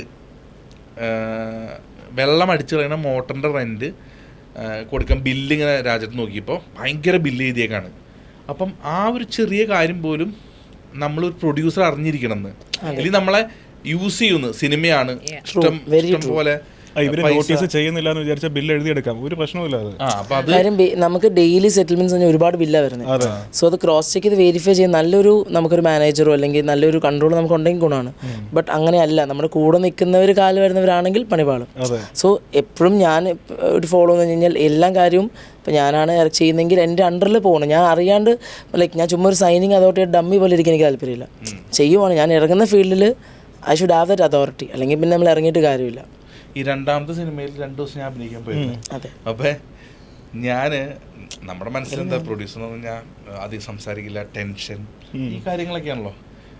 ഞാൻ നോക്കിയപ്പോൾ എല്ലാവരായിട്ടും കമ്പനി കെട്ടിച്ച് ചില്ല് ചെയ്ത് ഒരു ടെൻഷൻ ഉണ്ട്. ഏതറിയാമോ, ഇങ്ങനെ 2 ഫോൺ ഉണ്ടാവും, അല്ലെങ്കിൽ ഒരു ഫോൺ വെച്ച് അത് ശരിയില്ല ഇത് ശരിയില്ല, ഓക്കെ, പിന്നെ ചിരിച്ച് കളിച്ചിട്ട് മറ്റേത് നമുക്ക് ഗോവയ്ക്ക് പോകാം. അവിടെ പറഞ്ഞേ ഞാൻ ടെൻഷൻ അടിച്ചിങ്ങനെ ഷൂട്ട് ചെയ്തിട്ടുണ്ടെങ്കിൽ ഗോവയ്ക്ക് പോകണം നീ വരുന്നുണ്ടോ. അപ്പം അന്നാണ് ഞാൻ പുള്ളിക്ക് ഇങ്ങനൊരു സാധനം. അപ്പം ഞാൻ അന്ന് 2ാമത്തെ ദിവസം ഞാൻ ചോദിച്ചു വേറെ എന്ത് പരിപാടിയാണ് ചെയ്യണേ എന്ന് ചോദിച്ചു. അപ്പം ടെക്സ്റ്റൈൽസിൻ്റെ കേസ് പറഞ്ഞു, സൂപ്പർ മാർക്കറ്റ് കേസ് പറഞ്ഞു. അപ്പം പിന്നെ ഒരു ബിസിനസ് ഫാമിലി ആയതുകൊണ്ടായിരിക്കും ചിലപ്പം ഇതെല്ലാം കൺട്രോൾ ചെയ്യാൻ പറ്റുന്നത്. അതെ, അതൊരു സ്ട്രോങ് ബിസിനസ് ഫാമിലി ഹൈറാർക്കിയിൽ അങ്ങനെ ഉണ്ടല്ലോ. അപ്പോൾ ഇവർക്ക് ഈ പറയുന്ന സാധനങ്ങളില്ല, കുറച്ചും കൂടി ഈസിയാണ്. നമ്മൾ വരുമ്പോൾ നമ്മൾ ആ സാധനം പഠിക്കണം. ഇവർ ചെറുപ്പം തൊട്ട് ഇത് കണ്ടുകൊണ്ടിരിക്കുക. ഈ കണ്ടുകൊണ്ടിരിക്കുമ്പോൾ നമ്മൾ അതിനകത്തേക്ക് ഇൻട്രസ്റ്റഡ് ആവും. അതാണ് സംഭവിക്കുന്നത്. ഞങ്ങൾ 2ാമത്തെ ദിവസം ഷൂട്ട് ചെയ്ത സ്ഥലത്ത് കോഫി ഷോപ്പ് ഉണ്ടായിരുന്നു. ഞാനും തോമസ് ബ്രോയും പിന്നെ ആരുണ്ടായിരുന്നു, എന്റെ വൈഫായിട്ട് പിന്നെ ഫെബി ഉണ്ടായിരുന്നു. ഫെബിയോ കൂടി കോഫി അവിടെയുള്ള സാധനം ടേസ്റ്റ് ചെയ്ത് നോക്കുക. ഐസ്ക്രീം ഫ്രീ ആയിട്ട് കിട്ടുമായിരുന്നു. അവര് മറ്റേ എന്തോ ഫ്ലേവേഴ്സ് ടെസ്റ്റിങ്ങിന് വെച്ചോണ്ട് നമുക്ക് എത്ര ഐസ്ക്രീം ഫ്രീ ആയിട്ട് കിട്ടും. ഇത് ക്രോഫ്റ്റ് ഇവിടെ കച്ചേരിപ്പടി ചെയ്തോണ്ടിരിക്കണേ. അപർണയാണെങ്കിൽ മറ്റേ അതിനകത്ത് ഗർഭിണിയാ, അതെന്നെ അധികം കഴിക്കാൻ പറ്റില്ല. ഞങ്ങൾ ഇങ്ങനെ ഇരുന്ന് ഓരോ സാധനം ചൂട്ടിന് കൊണ്ടുവരിക്കുന്നു, സ്ട്രോബെറി കൊണ്ട് എടുത്തിട്ട് ഇത് കൊള്ളില്ലല്ലോ. അപ്പൊ ഇത്രയും കൂളായിട്ടാണ്. പെർമിഷൻ കൊടുക്കൂല, അത് മറ്റേ ഡച്ച് ബേക്കറി അല്ലേ, ഡച്ച് ബേക്കറി. അതൊരു ഡച്ച് പുള്ളിക്കാരൻ മനസ്സിലായി ഭയങ്കര നല്ലതാണ്. ഞാൻ പോയത് അന്ന് കാശ് കൊടുത്താണ് ഓടിച്ചേ, കാശ് കൊടുത്തില്ല, തോമസ് ബ്രോ കൊടുത്തു. അല്ല, എനിക്കും ബില്ല് തന്നില്ല, അറിയില്ല അവരുടെ ബില്ല് തരുമെന്ന്. എല്ലാ സെറ്റിൽമെന്റ് ഒറ്റയടിക്ക് പോയി കാണുമായിരിക്കും. മൊത്തത്തിൽ ഷൂട്ടിന്റെ ബില്ല് വരുമ്പോൾ അതിൽ ആഡ് ചെയ്ത് വരാനായിരിക്കും. അല്ല, അവിടുത്തെ എല്ലാം സെറ്റിൽ ചെയ്തായിരുന്നു. ഇനിയിപ്പോൾ വേറെ ഒന്നും പിന്നെ വിളിച്ചില്ല. പിന്നെ ഞാൻ അങ്ങോട്ട് പോയില്ല എന്നുള്ള വാസ്തവം. അത് നല്ലൊരു ബേക്കറിയാണ്. അതുപോലെ തന്നെ ഈ മരട് RD കഫേ എന്നൊരു കഫേ ഉണ്ട്, റോയൽ റോഡിന്റെ പുതിയ കൺസെപ്റ്റ്. അത് ഞാൻ അവിടെ പോയിട്ടുണ്ട്. അവിടെയും ഭയങ്കര ആംബിയൻസ് നല്ലതാണ്, നല്ല ഫുഡുമാണ്, quality food at affordable rates. ഞാൻ കഴിഞ്ഞ ദിവസം അപർണനെ വിളിച്ച് പാലക്കാട് പ്രൊമോഷൻ ആണോ അതിന്റെ ഓണറായിട്ട് എനിക്കൊരു പരിചയം. ഞാൻ കഴിഞ്ഞ ദിവസം അപർണനെ വിളിച്ച് അപർണ പാലക്കാടായിരുന്നു. ഞാൻ പിറ്റേ ദിവസം തിരിച്ചു പോകുന്ന പറഞ്ഞപ്പോൾ ഞാൻ നിന്നോട് അങ്കമാലിക്ക് വിളിക്കണം എന്ന് പറഞ്ഞിട്ടുണ്ടായിരുന്നില്ല. മനപ്പൂർവ്വമായിരിക്കും. എനിക്ക് പോണായിരുന്നു, സത്യം മറന്നുപോയി. ഞാനത് അന്ന് തന്നെ പറഞ്ഞല്ലോ, നാളെ ഞാൻ ഇറങ്ങുമ്പോ മറന്നിട്ടില്ലെങ്കിൽ വിളിക്കാം, അങ്ങനെ എന്തോ പറഞ്ഞു. അങ്ങനെയൊന്നും പറഞ്ഞില്ല. ഞാൻ ചാലക്കുടി എത്തുമ്പോൾ വിളിക്കണം എന്ന് പറഞ്ഞു. അങ്കമാലിനെ ഇല്ല, കഴിക്കാണ്ടിരിക്കാണ്. അപർണ വിളിക്കും, പോടായിരുന്നു. നീ ഒരിക്കലും ഫുഡ് അതെ നീ അത് ചെയ്യില്ലാന്ന് എനിക്കറിയാം. 1:30 കഴിഞ്ഞാൽ പുള്ളി ആർക്ക് വേണ്ടി വെയിറ്റ് ചെയ്യും. രാത്രി 10:30 കഴിഞ്ഞ് നമ്മള് നോക്കിക്കഴിഞ്ഞാൽ പുള്ളി ഫോണിന്റെ നെറ്റ് ഓഫ് ചെയ്യും. 10:30 കഴിഞ്ഞ് മെസ്സേജ് വെച്ച് കഴിഞ്ഞാൽ കാണുകയില്ല. എന്നിട്ട് രാവിലെ 7 മണിക്ക് റിപ്ലൈ ചെയ്യും. രാവിലെ 7 മണിക്ക് ഞാൻ ചാറ്റ് ചെയ്തോണ്ടിരിക്കാന്നിരിക്കും. നമ്മൾ എന്തെങ്കിലും ചാറ്റ് ചെയ്തോണ്ടിരിക്കാണ്. കറക്റ്റ് 10:30 ആവും, ചാറ്റ് നടന്നോണ്ടിരിക്കാണ്, നെറ്റ് ഓഫ് ചെയ്യും. രാവിലെ 7 മണിക്ക് റെസ്പോണ്ട് ചെയ്യും. രാവിലെ 7 മണി എന്നെ സംബന്ധിച്ച് നല്ല ഉറക്കം. അല്ല, ഫോൺ നെറ്റ് ഓഫ് ചെയ്യും, നെറ്റ് ഓഫ് ചെയ്ത് ഫോൺ മാറ്റി. ഇതാണ് കാരണം ഞാൻ 10:30 ആകുമ്പോൾ റൂമിലായിരിക്കും. അപ്പം തനു ഉണ്ടാവും, ചിപ്പി ഉണ്ടാവും. അപ്പം ഞങ്ങൾ ആ സമയത്ത് ഫോൺ ഓഫ് ചെയ്ത് കൊച്ച് ഇവൻ എന്തെങ്കിലുമൊക്കെ സംസാരിക്കുമല്ലോ, പിന്നെ അവനൊരു സ്പേസ് കൊടുക്കും. അത് മാത്രമല്ല ഇവൻ ശരിക്കും ഒരു ഹോസ്റ്റൽ വാർഡനാണ്. അത് പറയാൻ കാരണം എന്ന് വെച്ചാൽ ഹോസ്റ്റലല്ല ധ്യാനകേന്ദ്രത്തിൽ ചെന്ന് കഴിഞ്ഞാൽ രാവിലെ 6 മണിക്ക് അവർ ഒരു വലിയ മണി അടിച്ച് എണീപ്പിക്കും എന്ന് പറഞ്ഞ പോലെയാണ് ഇവൻ. ഞങ്ങൾ ഓൾ ഇന്ത്യ ട്രിപ്പ് പോയില്ലേ, ഈ പ്രാന്തൻ രാവിലെ 6 മണിക്കൊക്കെ വന്നിട്ട് വാതിൽ കൂട്ടി എണീപ്പിക്കും. അത്രയും തണുപ്പുള്ള നാട്, അത്രയും ഉറങ്ങാൻ സുഖമുള്ള നാട്. ഗോവ ട്രിപ്പിന് നമുക്ക് ഞാൻ വേറെ ഇവരെ കൊണ്ടുപോയി രാവിലെ 6 മണിക്ക് എണീപ്പിക്കും. ഗോവയിൽ രാവിലെ 6 മണിക്ക് അല്ല എന്റെ മൈൻഡ് എന്താ നമുക്ക് പോവാന്നൊരു എന്റെ മൈൻഡ് ഇവന്മാര് രാവിലെ 10 മണിക്ക് കിടന്നുറങ്ങും. എനിക്കാണെങ്കിൽ ഈ റൂമിൽ എന്തെങ്കിലും വെളിച്ചം വന്നാ അപ്പൊ ഞാൻ കണ്ണുറക്കും. പക്ഷെ ഞാനോ എനിക്ക് ഉറങ്ങാൻ ലേറ്റ് ആവും. എനിക്ക് ആ ഒരു മൂഡിലൊക്കെ ഇരുന്നൊരു കാപ്പിയൊക്കെ കുടിച്ചിങ്ങനെ ആ ഒരു തണുപ്പുണ്ടാവില്ലേ എല്ലാം കണ്ടിരുന്നാ മതി. രാവിലെ ഞാൻ വിളിച്ച് വിളിക്കും. അപർണയുടെ ഇന്ന് 10 മണി എന്ന് പറഞ്ഞപ്പോഴേ എന്റെ മനസ്സിൽ പറഞ്ഞു പോവാ. പക്ഷെ വേറെ ആരും ഉണ്ട്. ഇല്ല അതിലൊരു കഥയുണ്ട്. രാവിലെ 8:30 ഇറങ്ങി ഞാൻ അവിടെ, അപ്പോൾ വരുന്നവരേക്കാണല്ലോ പിക്ക് ചെയ്തിട്ട് ഞാൻ വരുന്നത്. അപ്പോൾ ഞങ്ങൾ ഒരുമിച്ച്, ഞാനും എൻ്റെ ഫ്രണ്ടും ഉണ്ടായിരുന്നു. അപ്പോൾ ഞാൻ ഒരു 9:20 വിളിച്ചു, ഹലോ നമുക്ക് 10 മണിക്കാണ് സമയമുണ്ട്, ഞാൻ ഇപ്പം എനിറ്റുള്ളൂ, ഞാൻ നീ കുളിച്ച് ഫ്രഷ് എന്നിട്ട് ഞാൻ അവിടെ ചെന്നു. ആ ഹോൺ അടിച്ച് നീയണോ? ആ നീ ഒരു 10 മിനിറ്റ് ഞാൻ ഒന്ന് റെഡി ആവട്ടെ. ഞാൻ അവിടെ എത്തി, എന്നിട്ട് ഞാൻ വിളിച്ചു. അപ്പോൾ കട്ട് ചെയ്തിട്ട് മെസ്സേജ് ഇട്ടു, ഇപ്പം വരാം. എന്നിട്ട് 20 മിനിറ്റ് കഴിഞ്ഞു. അപ്പോൾ എന്നോട് ചോദിച്ചു ഇവിടെ വന്ന് ഇങ്ങനെ കാത്തിട്ട് നിൽക്കാറുണ്ടോ എന്ന്. ഇടയ്ക്ക് വിളിക്കാറുണ്ട് ഇതേപോലെ 20-25 മിനിറ്റ് ഒരു ചായ കുടിക്കാനുള്ള സമയമാണ്. അപ്പോൾ എന്നോട് അവർ പറഞ്ഞു വിശക്ക് വരുന്നവർക്ക് ഉണ്ട്.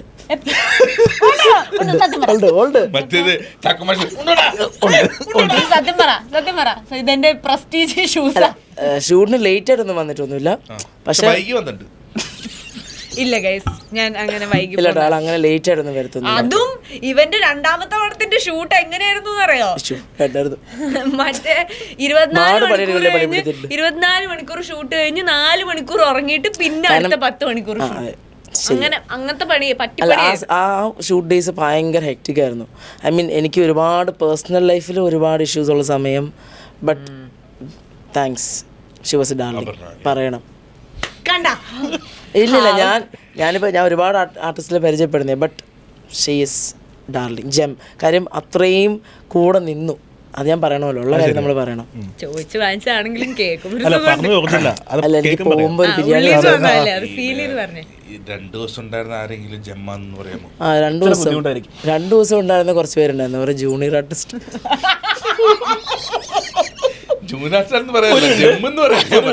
കിട്ടേണ്ടത് കിട്ടിയല്ലോ. ഇല്ല, പക്ഷെ ലിജോ ബ്രോയും ഭയങ്കര അടിപൊളിയായിരുന്നു. ഇല്ല, പക്ഷെ വേറെ കാര്യമുണ്ട്. അപ്പൊ ഞങ്ങൾ 2ാമതൊരു പടം ചെയ്തല്ലോ, അപ്പൊ അതിന്റെ കാസ്റ്റിങ്ങിന് ബ്രോ ഓഡിഷൻ വന്നു എന്ന് പറഞ്ഞു. നമ്മൾ കാസ്റ്റ് ചെയ്യാണ്ടിരിക്കാൻ കാരണം ആളുടെ ഓപ്പോസിറ്റ് ആയിട്ട് നമ്മൾ വെച്ചേക്കുന്ന ആർട്ടിസ്റ്റായിട്ട് ഒട്ടും മാച്ച് ആവില്ല. ചേട്ടത്തി അതിപ്പോ പറയാൻ പറ്റില്ല. ഞാനത് ഇങ്ങനെ പറഞ്ഞപ്പോൾ ഞാനത് പറഞ്ഞായിരുന്നു. ചില സംഭവങ്ങളില്ലേ അവര് വേണ്ടെന്ന് വെക്കണതിന് കാരണമുണ്ട്, പിന്നെ അതിന്റെ അന്വേഷിക്കണ്ട, അതിന് നല്ല റീസൺ ഉണ്ട്. പക്ഷെ അത് പ്രശ്നമില്ല, അടുത്ത 2 പടം ഞാൻ എഗ്രിമെന്റ് ചെയ്തു. ഇല്ലേ ചെയ്തില്ലേ? അവൻ തന്നെ തീരുമാനിച്ചിട്ടില്ല, അവൻ അടുത്ത 2 പക്ഷെ അത് കഴിഞ്ഞ് പടം ചെയ്തില്ലേ, വേറെ പടമൊക്കെ ചെയ്തു. എന്താണ്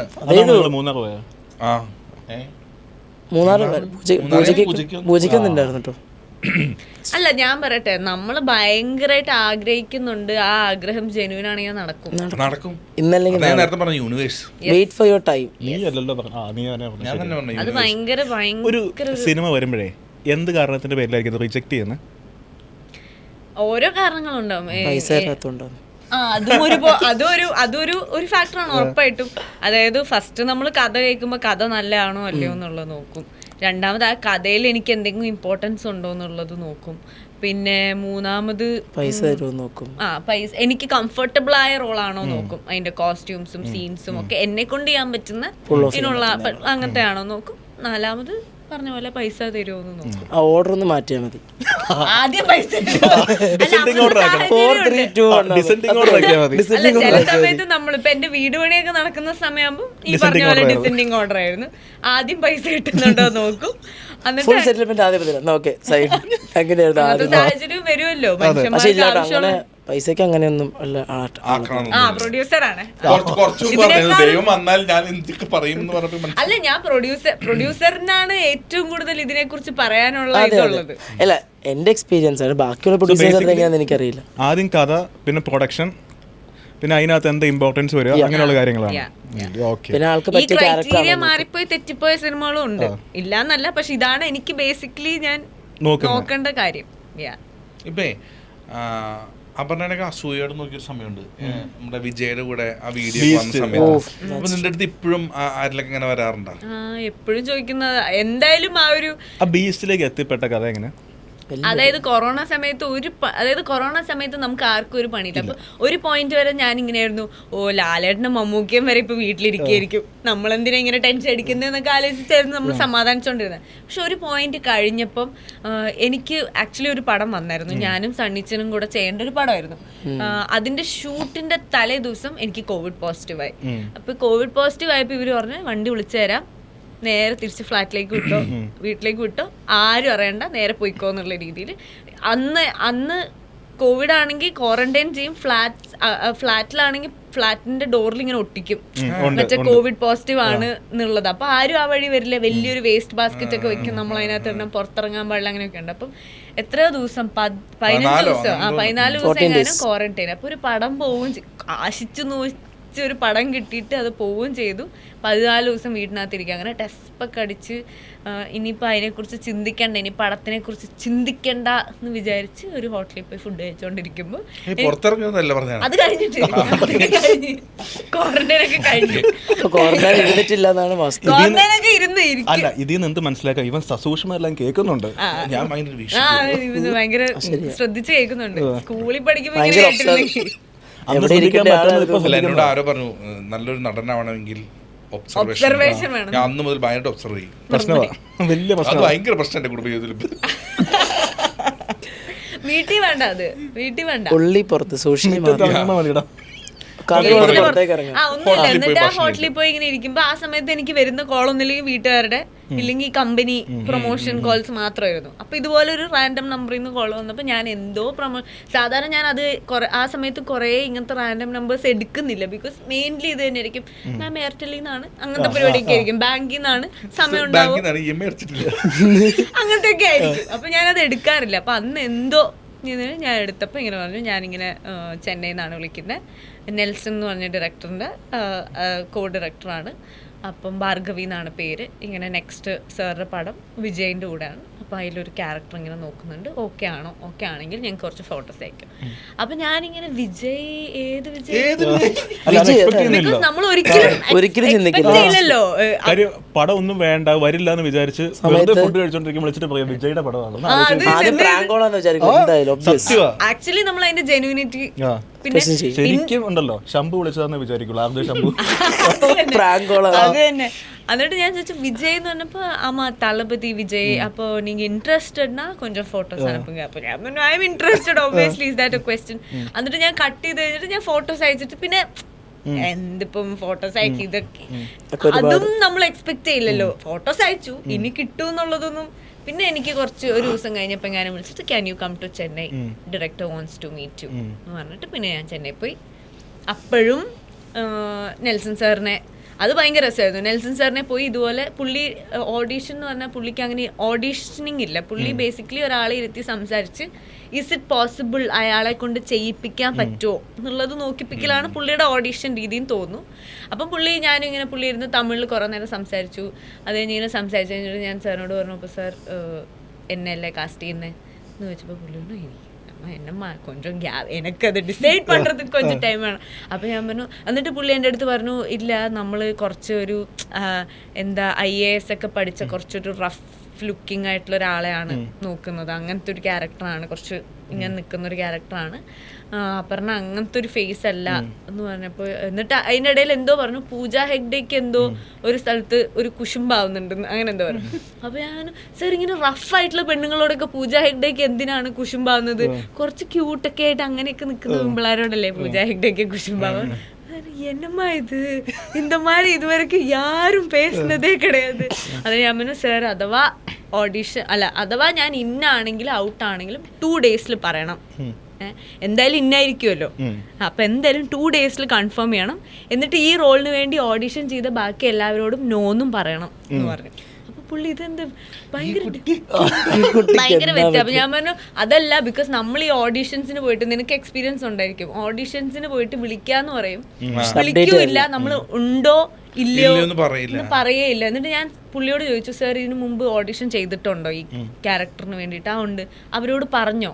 എന്തായാലും എന്നെ കാസ്റ്റ് ചെയ്യല്ലോ, അപ്പൊ അവരോട് പറഞ്ഞോ എന്നുള്ളത്. അപ്പൊ ഫസ്റ്റ് ഓഫ് ഓൾ ഉങ്ങളെ കാസ്റ്റ് പണ്ണാന്ന് ഞാൻ ഡിസൈഡ് പണ്ണല, പിന്നെ അവരോട് പറഞ്ഞിട്ടും ഇല്ല എന്നുള്ളത്. അപ്പൊ ഞാൻ പറഞ്ഞു അത് ഭയങ്കര മോശമാണ് സാർ, അത് ആസ് എ ഡയറക്ടർ ഞങ്ങൾ ഇരുന്ന് കുറെ നേരം സംസാരിച്ച് ഞാൻ അത്രയും കംഫർട്ടബിൾ ആയി. എന്നിട്ട് ഞാൻ പറഞ്ഞു sir you should tell them എന്നുള്ളത്.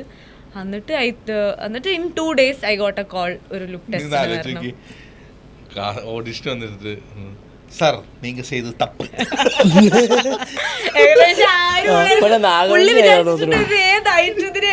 അല്ല പുള്ളി ചോദിച്ച വേറൊരു കാര്യം കറക്റ്റ് ആടാ. പുള്ളി പറഞ്ഞു IAS ഒക്കെ പഠിച്ച് ഇച്ചിരി ആറ്റിറ്റ്യൂഡ് ഉള്ള ആള് വേണമെന്ന് പറഞ്ഞത്. അവിടെ ഇരുന്ന് ആ ആളെ കറക്റ്റ് ചെയ്യുക. കാണാനും ലുക്കിലെന്നുള്ളൂ ഞാൻ ഭയങ്കര പഠിപ്പിച്ചിട്ട്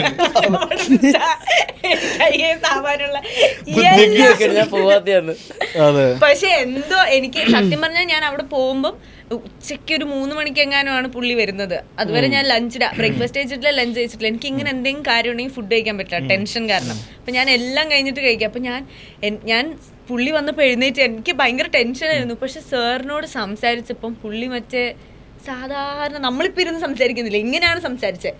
ഒരു പോയിന്റ് കഴിഞ്ഞപ്പോൾ ഞാൻ മറ്റേ ഡയറക്ടറായിട്ടൊരു ഓഡീഷന് വന്നതാണെന്നോ അങ്ങനെയുള്ള കാര്യമൊക്കെ മാറി. നോർമലി വീട്ടിലൊക്കെ ആരൊക്കെ ഉണ്ട്, നാട്ടിലെവിടെയാണ്, അപ്പൊ പുള്ളി ബേസിക്കലി തമിഴൊക്കെ സംസാരിക്കാൻ പറ്റുമോ എന്നൊക്കെ ഉള്ളത് ചെക്ക് ചെയ്താണ്. പക്ഷെ ഞാൻ അതൊക്കെ മറന്നുപോയി. ഞാൻ മറ്റേ ഫ്രണ്ടിനോട് സംസാരിക്കുന്ന പോലെ എന്നാലും അങ്ങനെ ചെയ്യാൻ പാടുണ്ടോ, ഓഡിഷന് വിളിച്ച ആൾക്കാരെ അത് പറയണ്ടേ,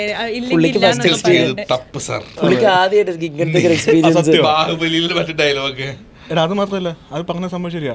അത്രയും വലിയ ഡയറക്ടർ പുള്ളിയുടെ ജീവിതത്തിൽ ആദ്യമായിട്ടായിരിക്കും ഇങ്ങനെ എന്നിട്ട് ഒരാൾ പറഞ്ഞേക്കണം. അല്ല പോയിന്റ്, മുമ്പേ ഓഡീഷനെ വിളിച്ച ആൾക്കാർ നോ പറഞ്ഞിട്ടുണ്ടോ? ഇല്ല. അവരെ അറിയിച്ചിട്ടുണ്ടോ? ഇല്ല. അവരെ അറിയിക്കണം സാർ, ചെയ്തത് തെറ്റാ. അല്ല അത് ആക്ച്വലി എനിക്ക് ഭയങ്കരമായിട്ട് തോന്നിയിട്ടുള്ള കാര്യമാണ്. ബിക്കോസ് നമ്മൾ ഉണ്ടോ ഇല്ലയോ ഇല്ലാന്ന് അറിഞ്ഞിട്ടുണ്ടെങ്കിൽ ഓക്കെ നമ്മൾ മൂവ് ഓൺ ആവും. ഉണ്ടോ ഇല്ലയോ എന്നുള്ള പ്രതീക്ഷയിൽ വെയിറ്റ് ചെയ്യുന്നതാണ് ഭയങ്കര. അതെ ശരിയാ. ഇന്ന ആവുന്ന മൊമെന്റ് എങ്ങനെയായിരുന്നു? എന്നെ ഇങ്ങനെ 2 ദിവസം കഴിഞ്ഞപ്പം വിളിച്ചിങ്ങനെ പറഞ്ഞു എന്താ ലുക്ക് ടെസ്റ്റിന് വരണമെന്ന്. അപ്പോൾ ലുക്ക് ടെസ്റ്റിന് പോകുമ്പോഴും എനിക്കറിയില്ല ഈ ലുക്ക് ടെസ്റ്റ് എന്നുള്ള വാക്ക് തമിഴിൽ കാസ്റ്റ് ചെയ്ത് കഴിഞ്ഞിട്ട് ക്യാരക്ടേഴ്സിനെയാണ് വിളിച്ച് ലുക്ക് ടെസ്റ്റ് ചെയ്യിപ്പിക്കുക എന്നുള്ളത് പിന്നീടാണ് എനിക്ക് മനസ്സിലായത്. അന്ന് ലുക്ക് ടെസ്റ്റ് എന്ന് പറയുമ്പോൾ ഞാൻ വീണ്ടും ഓഡീഷനോ അങ്ങനെ എന്തോ ആണെന്ന് വിചാരിച്ച് ഞാൻ പോയി. അവർ കോസ്റ്റ്യൂം തരുന്നു, കോസ്റ്റ്യൂം ഒക്കെ ഇട്ട് നോക്കി, ഓക്കെ വേറെ ഒന്നും പറയുന്നില്ല, ഓക്കെ കഴിഞ്ഞ് തിരിച്ചു. അപ്പോൾ ഞാൻ ആലോചിക്കും ഞാൻ ഉണ്ടോ ഇല്ലയോ എനിക്ക് മനസ്സിലാവുന്നില്ല. അങ്ങനെ ഇരിക്കുമ്പോഴാണ് ഒരു ദിവസം പ്രൊഡക്ഷൻ കൺട്രോളർ എങ്ങാനും വിളിച്ചിട്ട് ഇങ്ങനെ എന്താണ് ഇത്രയും ദിവസമാണ് ഷൂട്ട്, പേയ്മെന്റ് എങ്ങനെയാണ് എന്ന് പറഞ്ഞപ്പോഴാണ് അപ്പോഴാണ് എനിക്ക് മനസ്സിലായേ അപ്പൊ ഞാൻ പുള്ളി എനിക്ക് മെസ്സേജ് അയച്ചു, കൺഗ്രാചുലേഷൻസ്. ഓക്കെ. അപ്പൊ ഞാനിങ്ങനെ എന്റെ അമ്മ വിജയ് സാറിനെ ആ ഒരു മൊമെന്റ് എനിക്കിത് ഞാൻ ഫസ്റ്റ് ആ പറഞ്ഞ കണ്ടപ്പോ എന്താ പറയുമ്പോ വിജയുടെ കൂടെ ഇരുന്ന ആള് ഈ സാധനമായിരുന്നു. ഇതൊരു കോർ വിജയ് ഫാനും കൂടാ. വിജയുടെ കൂടെ ഇരുന്ന ആള് എനിക്ക് മറ്റേ ഇതായിരുന്നു, ഇത് ആരോടും പറയരുത്, നമ്മളൊരു നല്ല കാര്യം നടക്കുന്നത് വരെ ആരോടും പറയരുത് എന്ന്. പക്ഷെ എന്റെ മനസ്സിൽ ഞാനൊരു വിജയ് സിനിമയിൽ അഭിനയിക്കുമ്പോ ഉറക്കെങ്കിൽ പറയോ, ആരോടെങ്കിലും ഒക്കെ ഒന്ന് പറയാൻ പറ്റുമോ? അങ്ങനെയല്ല, നമ്മുടെ ക്ലോസ് ഫ്രണ്ട്സിനോടൊക്കെ ഒന്ന് അങ്ങനെ ഞാനിങ്ങനെ പിടിച്ച പൂജ കഴിഞ്ഞിട്ട് പറയാം എന്നുള്ള ഒരു ഇതിലായിരുന്നു. പൂജയ്ക്കാണ് ഞാൻ പുള്ളീനെ ആദ്യമായിട്ട് കാണുന്നത്. അപ്പൊ പുള്ളി നമ്മള് കേട്ടുകേൾവിയല്ലേ ഉള്ളൂ. അപ്പം ഈ എല്ലാവരും പൂജയ്ക്ക് വെയിറ്റ് ചെയ്യുന്നു, ഫ്രണ്ടിൽ റെഡ് കാർപ്പറ്റ് ഇട്ടിട്ടുണ്ട്. അപ്പം നമ്മൾ എക്സ്പെക്ട് ചെയ്യുന്നു വിജയ് സാർ വരുന്നു, നമ്മളിങ്ങനെ ക്ലാപ്പ് ചെയ്യുന്നു, സാറ് പോയി കൈ കൊടുക്കുന്നു, അതൊക്കെ. പക്ഷെ പെട്ടെന്ന് ബഹളം കേട്ടു. അപ്പോൾ ഉറപ്പായിട്ടും സാർ വരുന്നുണ്ട് മനസ്സിലായി. പക്ഷെ സാർ നേരെ ബാക്കിൽ പോയി ബാക്കിൽ നിന്ന് മുതൽ എല്ലാവർക്കും ഇങ്ങനെ കൈയെടുത്ത്. അപ്പം നമ്മൾ എക്സ്പെക്ട് ചെയ്യുന്ന പുള്ളി ഫ്രണ്ടിൽ കൂടെ വരുമെന്നാണല്ലോ. അങ്ങനെ എല്ലാവരോടും അങ്ങനെ കുറേ നേരം കഴിഞ്ഞ് എൻ്റെ അടുത്ത് വന്നു ഹായ്, ഞാൻ ഹായ് സർ പിന്നെ പുള്ളി ഫ്രണ്ടിൽ പോയി. അപ്പം തന്നെ ഞാൻ ഇംപ്രസ്ഡ് ആയി. അതായത് ഞാൻ അങ്ങനെ ഒട്ടും എക്സ്പെക്ട് ചെയ്തിട്ടില്ല ഫോർ ഹിം ടു. ആക്ച്വലി പുള്ളിക്ക് അത് ചെയ്യേണ്ട കാര്യമില്ല. പുള്ളിക്ക് മറ്റേ ആൾക്കാരുടെ അടുത്ത് ഹമ്പിളാന്ന് കാണിച്ച്, ഒന്നാമത് ആ ഒരു സ്പേസിൽ അങ്ങനെ മീഡിയയും ക്യാമറയും ഒക്കെ നിന്ന് പുള്ളിയുടെ ഷൂട്ട് ചെയ്ത് അത് കാണിക്കാനുള്ളൊരു സ്പേസ് അല്ല. പുള്ളി അത് കാണിക്കാൻ ഉദ്ദേശിക്കുന്ന ഒരു സ്പേസ് ആണെങ്കിൽ ഓക്കെ, അങ്ങനെ ഒരു പബ്ലിക് അപ്പിയറൻസിലാണെങ്കിൽ ഓക്കെ. ഇത് ഒരു പ്രൈവറ്റ് ഇവന്റ് ആയിരുന്നു. പുള്ളി അത് ജെന്യുവിൻലി അങ്ങനെ ചെയ്തപ്പോൾ തന്നെ ഞാൻ അപ്പോൾ ഈ ആൾക്കാർ പറയുന്നു വെറുതെ അല്ലല്ലോ, like he didn't have to do it. എന്നിട്ട് പിന്നെ പുള്ളി നോർമലി പോയി. എൻ്റെ അടുത്ത് ആകെ ഞാൻ വിളക്ക് എത്തിക്കാൻ അങ്ങനെ എന്തോ നമ്മൾ ഫ്രണ്ടിൽ പോകും. അപ്പോഴാണ് പുള്ളി ഓക്കെ ഹായ് മാറ്റിയിരിക്കാൻ ഹായ് സാർ അങ്ങനെ എന്തോ പറഞ്ഞു. അത്രേ പറഞ്ഞിട്ടുള്ളൂ. പക്ഷെ അത് മാത്രം എനിക്ക് മതിയായിരുന്നു. പിന്നെ നേരെ ഷൂട്ടായിരുന്നു. ആ മിനി കൂപ്പറിന്റെ ഇടിച്ചു പൊളിച്ച് ആളുടെ അകത്ത് എനിക്ക് അത് ഭയങ്കര വിഷമമായിരുന്നു കണ്ടപ്പോ. അതിനകത്തൊരു മിനി കൂപ്പർ കൊണ്ടുവരുന്ന സീൻ ഉണ്ടല്ലോ, അതിൽ നിങ്ങൾ 3 പേരായിരുന്നു തോന്നുന്നു. You and your mother and അടിപൊളിയായിരുന്നു. ഇനി റോൾസ് റോയ്സ് മൊമെന്റ്. അയ്യോ അതിന്റെ കുറെ ട്രോളൊക്കെ പിന്നെ ഇറങ്ങിയില്ലേ? ട്രോളല്ല, മറ്റേ ഉണ്ണിക്കണ്ണന്റെ വീഡിയോസ് കണ്ടായിരുന്നാ? മറ്റേ എഡിറ്റ് ചെയ്തിട്ട് വീഡിയോ തിരിക്കുമ്പോ ഉണ്ണിക്കണ്ണൻ മാറ്റി ഉണ്ണിക്കണ്ണൻ ഞാൻ കണ്ടു.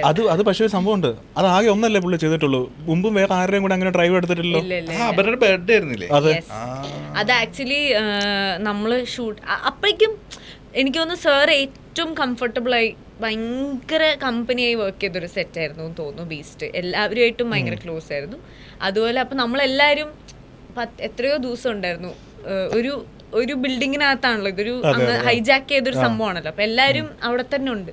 അപ്പം നമ്മളെല്ലാവരും പരസ്പരം സംസാരിക്കുക, എല്ലാ ദിവസവും ഇരുന്ന് സംസാരിക്കുക. അങ്ങനെ ഒരു സ്പേസിൽ എൻ്റെ ബർത്ത്ഡേ ദിവസം ഇങ്ങനെ സതീഷ് എന്ന് പറഞ്ഞ കൊറിയോഗ്രാഫർ അതിനകത്തൊരു ക്യാരക്ടർ ചെയ്തിട്ടുണ്ട്. പുള്ളി ഭയങ്കര ടോക്കറ്റീവാണ്, ഭയങ്കര ഇങ്ങനെ ഓപ്പൺ ആയിട്ട് സംസാരിക്കും. അപ്പോൾ പുള്ളി ഇങ്ങനെ പറഞ്ഞു, സാർ இன்னைக்கு என்ன ஸ்பெஷாலிட்டின்னு தெரியுமா, நம்ம அப்பர்னாவோட பர்த்டே, இன்னைக்கு நம்ம உங்க ரோல்ஸ் ராய்ஸ்ல ஒரு டிரைவ் போறோம், காருக்குள்ள கேக் எல்லாம் கட் பண்றோம் അങ്ങനെയൊക്കെ. അപ്പൊ എന്നപ്പാ ഇത് പുള്ളി ഇങ്ങനെ காருக்குள்ள கேக் எல்லாம் கட் பண்ண தேவையில்லை, அப்போ டிரைவ் போலாமா, சரிப்பா நான் சொல்றேன் டிரைவர் கிட்ட சொல்றேன், அதுல ஹைலைட் என்னன்னா நீங்க தானே எங்களை ഡ്രൈവ് കൂട്ടിട്ട് പോകണം. അപ്പൊ പുള്ളി അതങ്ങനെ സീരിയസ് ആയിട്ടൊന്നും. അപ്പൊ ഞങ്ങളത് ആ ഒരു ഫണ്ടിൽ അതങ്ങ് പറഞ്ഞു വിട്ട് കഴിഞ്ഞ്. എന്നിട്ട് ലഞ്ച് ബ്രേക്ക് ആയി, ഞങ്ങൾ കേക്കൊക്കെ കട്ട് ചെയ്തു, എല്ലാവരും ലഞ്ച് കഴിച്ച് തിരിച്ചു വരുമ്പം പുള്ളിയുടെ മറ്റേ കാർ മൂടിയിടും, സെറ്റിൽ വന്ന കാറിന്റെ മൂടിയൊക്കെ മാറ്റി റോൾസ് റോയ്സ്. ഇല്ലപ്പാ നീങ്ക തന്നെ சொன்ன ഏതോ ഡ്രൈവ് പോണു. അപ്പൊ ഞങ്ങള് ശരിക്കും പോകുന്നുണ്ടോ? അപ്പൊ പിന്നെ ഇടിയും തള്ളുവായി, ആര് കയറും എന്തായാലും ഞാൻ കയറുമല്ലോ, എന്റെ ബർത്ത്ഡേ ആണല്ലോ. അങ്ങനെ എന്നിട്ട് പിന്നെ അതിൽ കൊള്ളുന്ന ബാക്കിൽ ആരായിരുന്നു? പൂജ, ഞാൻ, മനോജ് സർ, നെൽസൺ സർ, പിന്നെ സതീഷ്, വിജയ് സർ. ഞങ്ങൾ പിന്നെ ECR റോഡിൽ ഇങ്ങനെ കുറേ ദൂരം വിജയ് സാറിന്റെ പാട്ടൊക്കെ ഇട്ട് ഞങ്ങൾ ബാക്കിൽ ഇരുന്ന് സ്റ്റെപ്പൊക്കെ വിജയ് സാറിന്റെ പാട്ട് മറ്റേ വാ തീക്കം ആ പാട്ടൊക്കെ ഇട്ട് അവിടെ വരെ പോയി. കുറേ ദൂരം പോയി. എനിക്കൊന്ന് ബാക്കിലും ഫ്രണ്ടിലും 1-2 വണ്ടി ഒരു കോൺവോയ് പോലെ ഉണ്ടായിരുന്നു തോന്നുന്നു. എനിക്കറിയില്ല, ഉണ്ടായിരുന്നു തോന്നുന്നു. അതെന്തോ അവര് പറഞ്ഞിട്ടുണ്ടായിരുന്നു അതിനിടയ്ക്ക് അങ്ങനെ ഒരു കോൺവെർസേഷൻ. ഞാനിങ്ങനെ എപ്പോഴെങ്കിലും ഒക്കെ ഒരു പൊങ്കൽ വരുമ്പോ, ക്രിസ്മസ് വരുമ്പോ അങ്ങനെയൊക്കെ അങ്ങനെ, അതായത് പുള്ളിയുടെ നമ്പർ കയ്യിലുണ്ടെന്ന് വെച്ചിട്ട് ഹായ് സാർ ഹലോ സാർ ഇല്ല. നമ്മുടെ 2ാമത്തെ പടത്തിന് ഷൂട്ട് സമയത്ത് ചോദിച്ചു കല്യാണമല്ലോ ഇപ്പൊ വിളിക്കുന്നില്ലെന്ന് വെച്ച് കഴിഞ്ഞാൽ അതങ്ങനെ വിളിക്കണേ ശരിയല്ല, മോശമല്ല, നമ്മൾ അങ്ങനെ വിളിക്കണം. കല്യാണത്തിന് വിജയ് സാറങ്ങ വന്നാൽ നമ്മൾ എങ്ങനെ ക്രൗഡ് കൺട്രോൾ ചെയ്യും? നമ്മള് റീലടിക്കണം, അതിന് റീലടിച്ചിട്ട് ശരിക്കും ഇല്ലേ ആ കല്യാണമില്ലേ, ആ കല്യാണം ഓൺലൈൻ മീഡിയ എക്സ്പീരിയൻസ് പറഞ്ഞാൽ വല്ലാത്ത എക്സ്പീരിയൻസ്. ഞാനൊന്നും വന്നിട്ടില്ല, ഞാനിപ്പോൾ പേജിൻ്റെ ഇല്ല. അപ്പോൾ ഇവർ വന്നിട്ട് പറയുന്ന എക്സ്പീരിയൻസ് ഉണ്ടല്ലോ, എനിക്ക് ചിന്തിക്കാൻ പറ്റുന്നില്ല. ഓൺലൈൻ മീഡിയ കാരണം അവിടെ ഇതിങ്ങനെ നടന്നുകൊണ്ടിരിക്കണം, അതിൻ്റെ ഇടയ്ക്കിടെ വേണം നമ്മൾ ഷൂട്ട് ചെയ്യാൻ, ഇങ്ങനെയുള്ള സംഭവങ്ങൾ. അതല്ല കോമഡി ഗുരുവായൂരാണല്ലോ, അത് വെളുപ്പിന് ഞങ്ങൾ ചെന്ന് നോക്കുമ്പോഴേ നമ്മുടെ ക്യാമറ 4 പേരുണ്ട്, ഒരു 10-30 ക്യാമറ. ഇത് ആരാ നമ്മളെ ഏൽപ്പിച്ചേക്കണേ? നമ്മുടെ ക്യാമറ അറിയാവുന്ന ഇതിനെയാ, എനിക്ക് വേറെ അറിയില്ലല്ലോ, നമ്മൾ തുടങ്ങിയിട്ടല്ലോ. ആക്ച്വലി എന്താ പറ്റിയെന്നറിയോ, നമ്മള് കല്യാണത്തിന് ആരോ എന്റെ വീട്ടിൽ നിന്ന് ക്ഷണിച്ച ആരോ സ്റ്റോറി ഇട്ടിട്ട് ഐ വിൽ ഡെഫിനറ്റ്ലി കം എന്ന് പറഞ്ഞിട്ട് ഇൻവിറ്റേഷൻ സ്റ്റോറി ഇട്ടു. അതേത് പൊട്ടനാണ് അങ്ങനെ ചെയ്യാൻ എനിക്കറിയില്ല. പക്ഷെ ആരും എന്റെ വീട്ടിൽ നിന്ന് കൊടുത്ത ഇൻവിറ്റേഷൻ ആണ്. ആ ഇൻവിറ്റേഷൻ കാർഡ് കണ്ടപ്പോ മനസ്സിലാവും. ദീപകടം പറയും നിന്റെ ഏതോ ബന്ധുക്കാരാന്ന് തോന്നുന്നു, ഭയങ്കര ബുദ്ധിയുള്ള ബന്ധുവാ, എടുത്ത് സ്റ്റോറി എടുത്തിട്ടു, ലൊക്കേഷൻ ഉൾപ്പെടെ. ഗുരുവായൂർ ഇവരെത്തുന്നതിന് മുമ്പ് ബാക്കിയുള്ളവർ റെഡിയാ മുഹൂർത്തത്തിന്. രാവിലെ 5 മണിക്ക് എങ്ങാനും ആയിരുന്നു. ഞാൻ ചെന്നപ്പോ അവസ്ഥ 30 ക്യാമറ നിറച്ച ആൾ കുത്തിത്തേരെ. അപ്പൊ ഞാൻ ഇവരോട് ചേട്ടാ നമ്മുടെ ക്യാമറ ആരെങ്കിലൊക്കെ എടുത്തോളൂ, അവിടെ നമുക്ക് മേടിക്കാന്നൊക്കെ. തൊട്ടപ്പുറത്തെ ഹോട്ടൽ റൂമിലേക്ക് വന്നപ്പോഴേ ഞാൻ നോക്കിയപ്പോ കുറെ ആൾക്കാരും എൻ്റെ അടുത്ത്, ഞാൻ അങ്ങനെ ക്യാമറ ഒക്കെ മാറ്റാണല്ലോ, അപ്പൊ എടുത്ത് ചേട്ടാ ഒരു ബൈറ്റ് എടുത്തോട്ടെ അപ്പം എൻ്റെ അടുത്ത് ഇങ്ങനെ ആരും സംസാരിച്ച എടുത്തോ എന്ന് പറയാനത്. അപ്പം എനിക്ക് എൻ്റെ അടുത്ത് ഇങ്ങനെ വന്ന് ഓരോരുത്തരും വന്ന് ഓരോ കഥകൾ, ചേട്ടാ അവിടെ നിന്ന് വന്നാ ചേട്ടാ, ഇവിടെ നിന്ന് വന്നാ ചേട്ടാ, ഞാൻ എടുത്തോ. അപ്പോൾ ഒരാൾ കയറ്റിയിട്ട് അടുത്ത ആള്, ചേട്ടാ എന്നെ കൂടി കയറ്റി ചേട്ടാ. ആരും കയറാണ്ടിരിക്കാൻ ഇവര് ഹോട്ടൽ റൂമിൽ കയറി. എന്റെ പൊന്നു, അതൊരു ഭയങ്കര എക്സ്പീരിയൻസ് ആയിരുന്നു എന്റെ ജീവിതത്തിൽ ആദ്യമായിട്ട്. കല്യാണം ഇപ്പൊ കഴിഞ്ഞല്ലോ, എന്താണ് ഇപ്പത്തെ ഫീലിങ്സ്? കല്യാണം ഇപ്പൊ കല്യാണം കഴിഞ്ഞല്ലോ, എന്താ ഇപ്പൊ തോന്നുന്നു?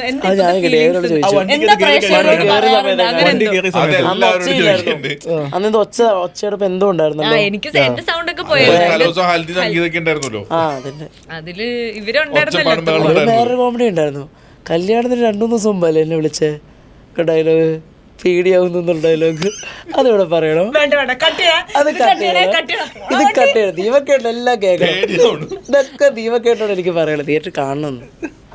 അങ്ങനെയല്ല, അത് എല്ലാവർക്കും കല്യാണത്തിന് മുമ്പ് ഉണ്ടാവുന്ന ഒരു. ഞാൻ വേറൊരു കാര്യം ചോദിക്കട്ടെ, കല്യാണം എന്ന് പറഞ്ഞ ഒരാളെ സംബന്ധിച്ച് ഭയങ്കര ഇമ്പോർട്ടൻ്റ് ആയിട്ടുള്ള സംഭവമാണ്. പിന്നെ ഒരു സെലിബ്രിറ്റി മാരേജ് ഒരുപാട് പേര് കാണും. ഇവന്റെ വാക്കും വിശ്വസിച്ച വെഡിങ് എങ്ങനെയാ ഞങ്ങളെ ഏൽപ്പിച്ചു? സെൽഫ് ട്രൂ ആണോ? നിന്റെ വാക്കും വിശ്വസിച്ചാ? അതായത് ഞാനെന്ന വ്യക്തി അല്ല, ബേസിക്കലി അങ്ങനെയല്ല. നമുക്ക് അതായത് എപ്പോഴും ഭയങ്കര എസ്റ്റാബ്ലിഷ്ഡ്, നിങ്ങളപ്പം ഗ്രോയിങ് അല്ല, എസ്റ്റാബ്ലിഷ് ചെയ്യാൻ വേണ്ടി നിൽക്കുന്ന ഒരു സ്പേസ് ആണ്. അപ്പൊ നമ്മൾ എപ്പോഴും നമ്മുടെ മാക്സിമം ആയിരിക്കും ചെയ്യാം, അല്ലേ? അപ്പം ആ ഒരു സ്റ്റേജിൽ നിൽക്കുമ്പോൾ ഇപ്പൊ ഇവൻ എൻ്റെ അടുത്ത് വന്ന് ഇങ്ങനെ ഒരു പറയുമ്പോൾ ഐ നോ ദാറ്റ് അവന്റെ മാക്സിമം അതിൽ ചെയ്യുന്നുള്ളത്. അപ്പൊ എനിക്കൊരു ഐ ഡിഡ്ന്റ് വോണ്ട്, നമ്മൾ ഓൾറെഡി ഭയങ്കര അടിപൊളിയായിട്ട് നിൽക്കുന്ന ആൾക്കാർക്ക് കൊടുത്ത this will be just one of their, അവരുടെ 100-1 ഇത്. പക്ഷെ ലിജോന്റെ ഒരു പിടിവള്ളിയായിരുന്നു ഇത്. മെയിൻ ആയിരുന്നു. ഇല്ല, അതിനുശേഷമാണ് ഞങ്ങളുടെ കമ്പനിയിൽ ഭയങ്കര മാറ്റം വന്നത്. അതിനു മുമ്പ് ഞാൻ ഒരു കാര്യം പറഞ്ഞു, ഞാൻ ഇൻസ്റ്റാഗ്രാമിൽ ആഡ് ഇട്ട് കഴിയുമ്പോൾ എൻക്വയറി ഇട്ട് വരുമ്പോൾ ആൾക്കാരുടെ സംശയമാണ്, എന്തിന് തരണം, ഇത് ഈ റേറ്റിൽ എന്തിന് കമ്മിറ്റ് ആവണം, ആ സംശയങ്ങളുണ്ട്. ഈ ഒരെണ്ണം കഴിഞ്ഞ് കഴിഞ്ഞപ്പോൾ ഹൽദിയുടെ ഫോട്ടോ എന്നോട് ചോദിക്കുകയാണെ, അത് നിനക്കറിയില്ല, നിന്നോട് പറഞ്ഞിട്ടില്ല. ഹൽദി നടക്കുമ്പോൾ വീടിന്റെ ഫ്രണ്ടിലെ ഗ്രൗണ്ടിലാണ് ഹൽദി നടക്കണേ. അപ്പോൾ നീ എന്നോട് പറഞ്ഞിരുന്നു, എടാ നീ നിങ്ങളുടെ പേജിൽ നിന്ന് കൊളാബറേഷൻ ഇട്ടോ, അക്സെപ്റ്റ് ചെയ്തേക്കാന്ന്. അപ്പം ഞാൻ ഇതെല്ലാം ഇമ്മീഡിയറ്റ്ലി നടക്കണമല്ലോ, പുറത്ത് പോണേക്കാൻ മുമ്പ് ഞാൻ ഇവനെ കൊണ്ട് ക്യാപ്ഷൻസ്, എനിക്ക് ഇംഗ്ലീഷ് അറിയാത്ത തന്നെ ക്യാപ്ഷൻ കൊണ്ട് ഉണ്ടാക്കുന്നു, ഏത് പോസ്റ്റ് ചെയ്യുന്നു പ്ലാൻ ചെയ്യുന്നു, ഇടുന്നു. നീ അക്സെപ്റ്റ് അടിച്ച് 2 പ്രാവശ്യം വന്ന് എൻ്റെ അടുത്ത് പറഞ്ഞപ്പോഴാണ് നീ അക്സെപ്റ്റ് ചെയ്യണം. കാരണം നീ ഹൽദിയിൽ നിന്ന് നീ അക്സെപ്റ്റ് ചെയ്ത് ഒരു 5 മിനിറ്റ് ഫോൺ കഴിഞ്ഞാൽ പുറത്തേക്ക് വരുമ്പോഴല്ലോ ചറ മെസ്സേജ്. അതിന് മുമ്പ് ഒരു മിനിറ്റ് ഇവനെ വിളിച്ചിട്ട് ചോദിച്ചു, എടാ എന്തേലും എൻക്വയറി എന്തേലും അനക്കൗണ്ടോ എന്ന് ചോദിച്ചു. ഞാൻ പറഞ്ഞു ഇതുവരെ ഇല്ല, ചിലപ്പോൾ വരുമായിരിക്കും പറഞ്ഞു. അത് കഴിഞ്ഞ് ഒരു 5 മിനിറ്റ് വേണ്ടിയില്ലേ, എനിക്ക് ഹാൻഡിൽ ചെയ്യാൻ പറ്റില്ല. നമ്മളിങ്ങനെ പ്രതീക്ഷിക്കണോ, ടക്ക് ടക്ക് ടക്ക് ടക്ക് ഏത് മെസ്സേജാ. അത് ഭയങ്കര കാണാൻ ഭയങ്കര രസമായിരുന്നു. അതായത് ആ ഒരു ഒറ്റ പരിപാടിയുടെ പോസ്റ്റിലിട്ട് 100-200 എൻക്വയറി ഒക്കെ. ബേസിക്കലി എന്താ അറിയോ, ഒരാൾക്കൊരു ഇപ്പൊ ഇത് തന്നെയാണ്, ജോലി ഉണ്ടോന്ന് ചോദിക്കുമ്പോ എക്സ്പീരിയൻസ് എവിടെയെന്ന് ചോദിക്കും. എക്സ്പീരിയൻസ് എവിടെയെന്ന് ജോലി കിട്ടിയാലേ, അപ്പൊ നമ്മൾ പ്രൂവ് ചെയ്താലല്ലേ നമുക്ക് ഒരാൾക്ക് കാണിക്കാൻ പറ്റുള്ളൂ. ഇത് ആ മാറ്റമായിരുന്നു. കാര്യം അതിന് ശേഷം നമ്മൾ ഇതേ ആഡ്സ് തന്നെ നമ്മൾ കണ്ടിയെന്ന് വിചാരിക്കുക, എൻക്വയറിയുടെ എണ്ണം കൂടുതലാണ്, ആൾക്കാർക്ക് പിന്നെ സംശയമില്ല. എൻ്റെ സംശയം എന്ന് പറയുന്ന ഫാക്ടർ അവിടെ മാറി, ആൾക്കാർ കമ്മിറ്റഡ് ആവാൻ റെഡി. അത് കഴിഞ്ഞാണ് ഏറ്റവും കൂടുതൽ വെഡിങ്സ് നമ്മൾ കമ്മിറ്റ് ആവുന്നത്. അതിന് മുമ്പ് എൻക്വയറി വരുന്നവർക്ക് സംശയം, നിങ്ങൾ ചെയ്യോ, എന്തിന്? അല്ല, അതിന് മുമ്പ് ചെയ്തേക്കുന്ന മെയിൻ 3 കല്യാണം ഇവന്റെ കൂട്ടുകാരൻ്റെ എന്റെ 2 ഫ്രണ്ട്സിന്റെ. ഇതുപോലെ വീട്ടിലൊക്കെ പോയി കാല് പിടിച്ച് അല്ല, പിന്നെ മാത്രല്ല ഇവൻ ആക്ച്വലി ഭയങ്കര ഇൻവോൾവ് എല്ലാത്തിലും ഇൻവോൾവ് ആയിരുന്നു. നമ്മള് ഇതിനും മറ്റേ ഇവന്റ് ചെയ്യുമ്പോഴും എല്ലാത്തിനും ഭയങ്കര. ഇതിന് മാത്രല്ല, ബേസിക്കലി എന്ത് പരിപാടി ഇവന് കൊടുത്താലും ഇവൻ അതിൽ ഭയങ്കര ഇൻവോൾവ് ആണ്. അതിന്റെ അഡ്വാൻറ്റേജ് ഉണ്ട് കേട്ടോ. ആ പരിപാടിയിലെ മറ്റേ ഇവന്റ് കംപ്ലീറ്റ് ഇവൻ ഇൻവോൾവ് ആയിരുന്നു. കല്യാണം കഴിഞ്ഞ് ഞാൻ എന്റെ വീട്ടിൽ, അതല്ല, എന്റെ ഫാമിലിയിലുള്ള ആരോടും എന്റെ കല്യാണത്തിന് ഉണ്ടായിരുന്നില്ലേ ലിജോ എന്ന് പറഞ്ഞ അറിയാം. ബിക്കോസ് അവൻ എല്ലായിടത്തും എത്തിയിട്ടുണ്ട്. അതുകൊണ്ടാണ് ഓർമ്മ നിന്നെ. ഇപ്പൊ ഇന്നലെ മിഞ്ഞാന്ന് ആരോടോ ഞാൻ ഇങ്ങനെ സംസാരിച്ചു, നിനക്ക് ലിജോനെ ഓർമ്മയില്ലേ, കല്യാണത്തിന് ഉണ്ടായിരുന്നു, ഓ ആ ലിജോ ആണോ അങ്ങനെ. അപ്പം നിന്നെ അങ്ങനെ എല്ലാവർക്കും കല്യാണത്തിന്റെ ഓർമ്മയുണ്ട്. അപ്പം മേ ബി അത് അതുകൊണ്ടായിരിക്കുമല്ലോ. ഞാൻ വീട്ടിൽ ചെന്നപ്പോ ഇവിടെ എനിക്ക് മെസ്സേജ് ലിജോ കല്യാണം കഴിഞ്ഞടാ. അപ്പൊ ഞാൻ ഇനിമേത്ത ആരംഭം.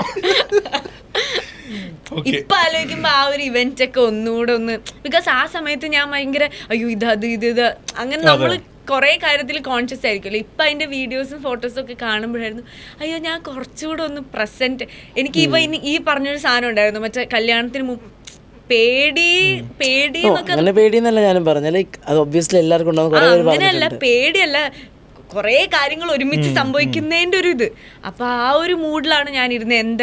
ഏതായത് എങ്ങനെ ഇത് എവിടെ ഇത് അങ്ങനത്തെ കുറെ, ഞാനും ഭയങ്കരമായിട്ട് ഇൻവോൾവ് ആയ, ഞാനും കുറെ ഡിസിഷൻ മേക്കിങ്ങിലുണ്ടായിരുന്നു.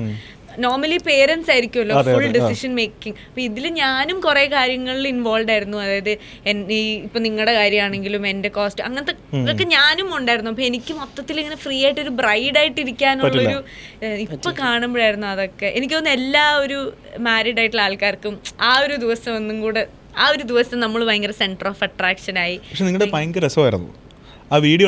പിന്നെ ആ സ്റ്റേജിൽ വന്നു കഴിഞ്ഞപ്പോൾ ദീപക്കേട്ടൻ കാല് തൊടുമെന്നുള്ളത് ആരും വിചാരിക്കുന്നില്ല, പുള്ളി ആ സമയത്ത് ചെയ്തതാ. അത് തന്നെ, അത് ഞാനും വിചാരിച്ചിട്ടില്ല, അതിന് മുമ്പും ചെയ്തിട്ടില്ല. അതെന്താ പെട്ടെന്ന് അത് കറക്റ്റ് ഇവർക്ക് കിട്ടുകയും ചെയ്തു. പക്ഷെ നല്ല രസം ഉണ്ടായിരുന്നു അത്. അതിന് മനസ്സിലിങ്ങനെ തുടങ്ങാൻ പോവാണ്, അനുഗ്രഹിക്കണേ, കൊല്ലരുത്, ജീവിച്ചു ഞാനൊരു പാവമാണ്. അത് രസമായിരുന്നു. എന്തായാലും അപ്പൊ നമ്മൾ ഗോഡിന്റെ കാര്യങ്ങളൊക്കെ കുറെ സംസാരിച്ചു, വേറെ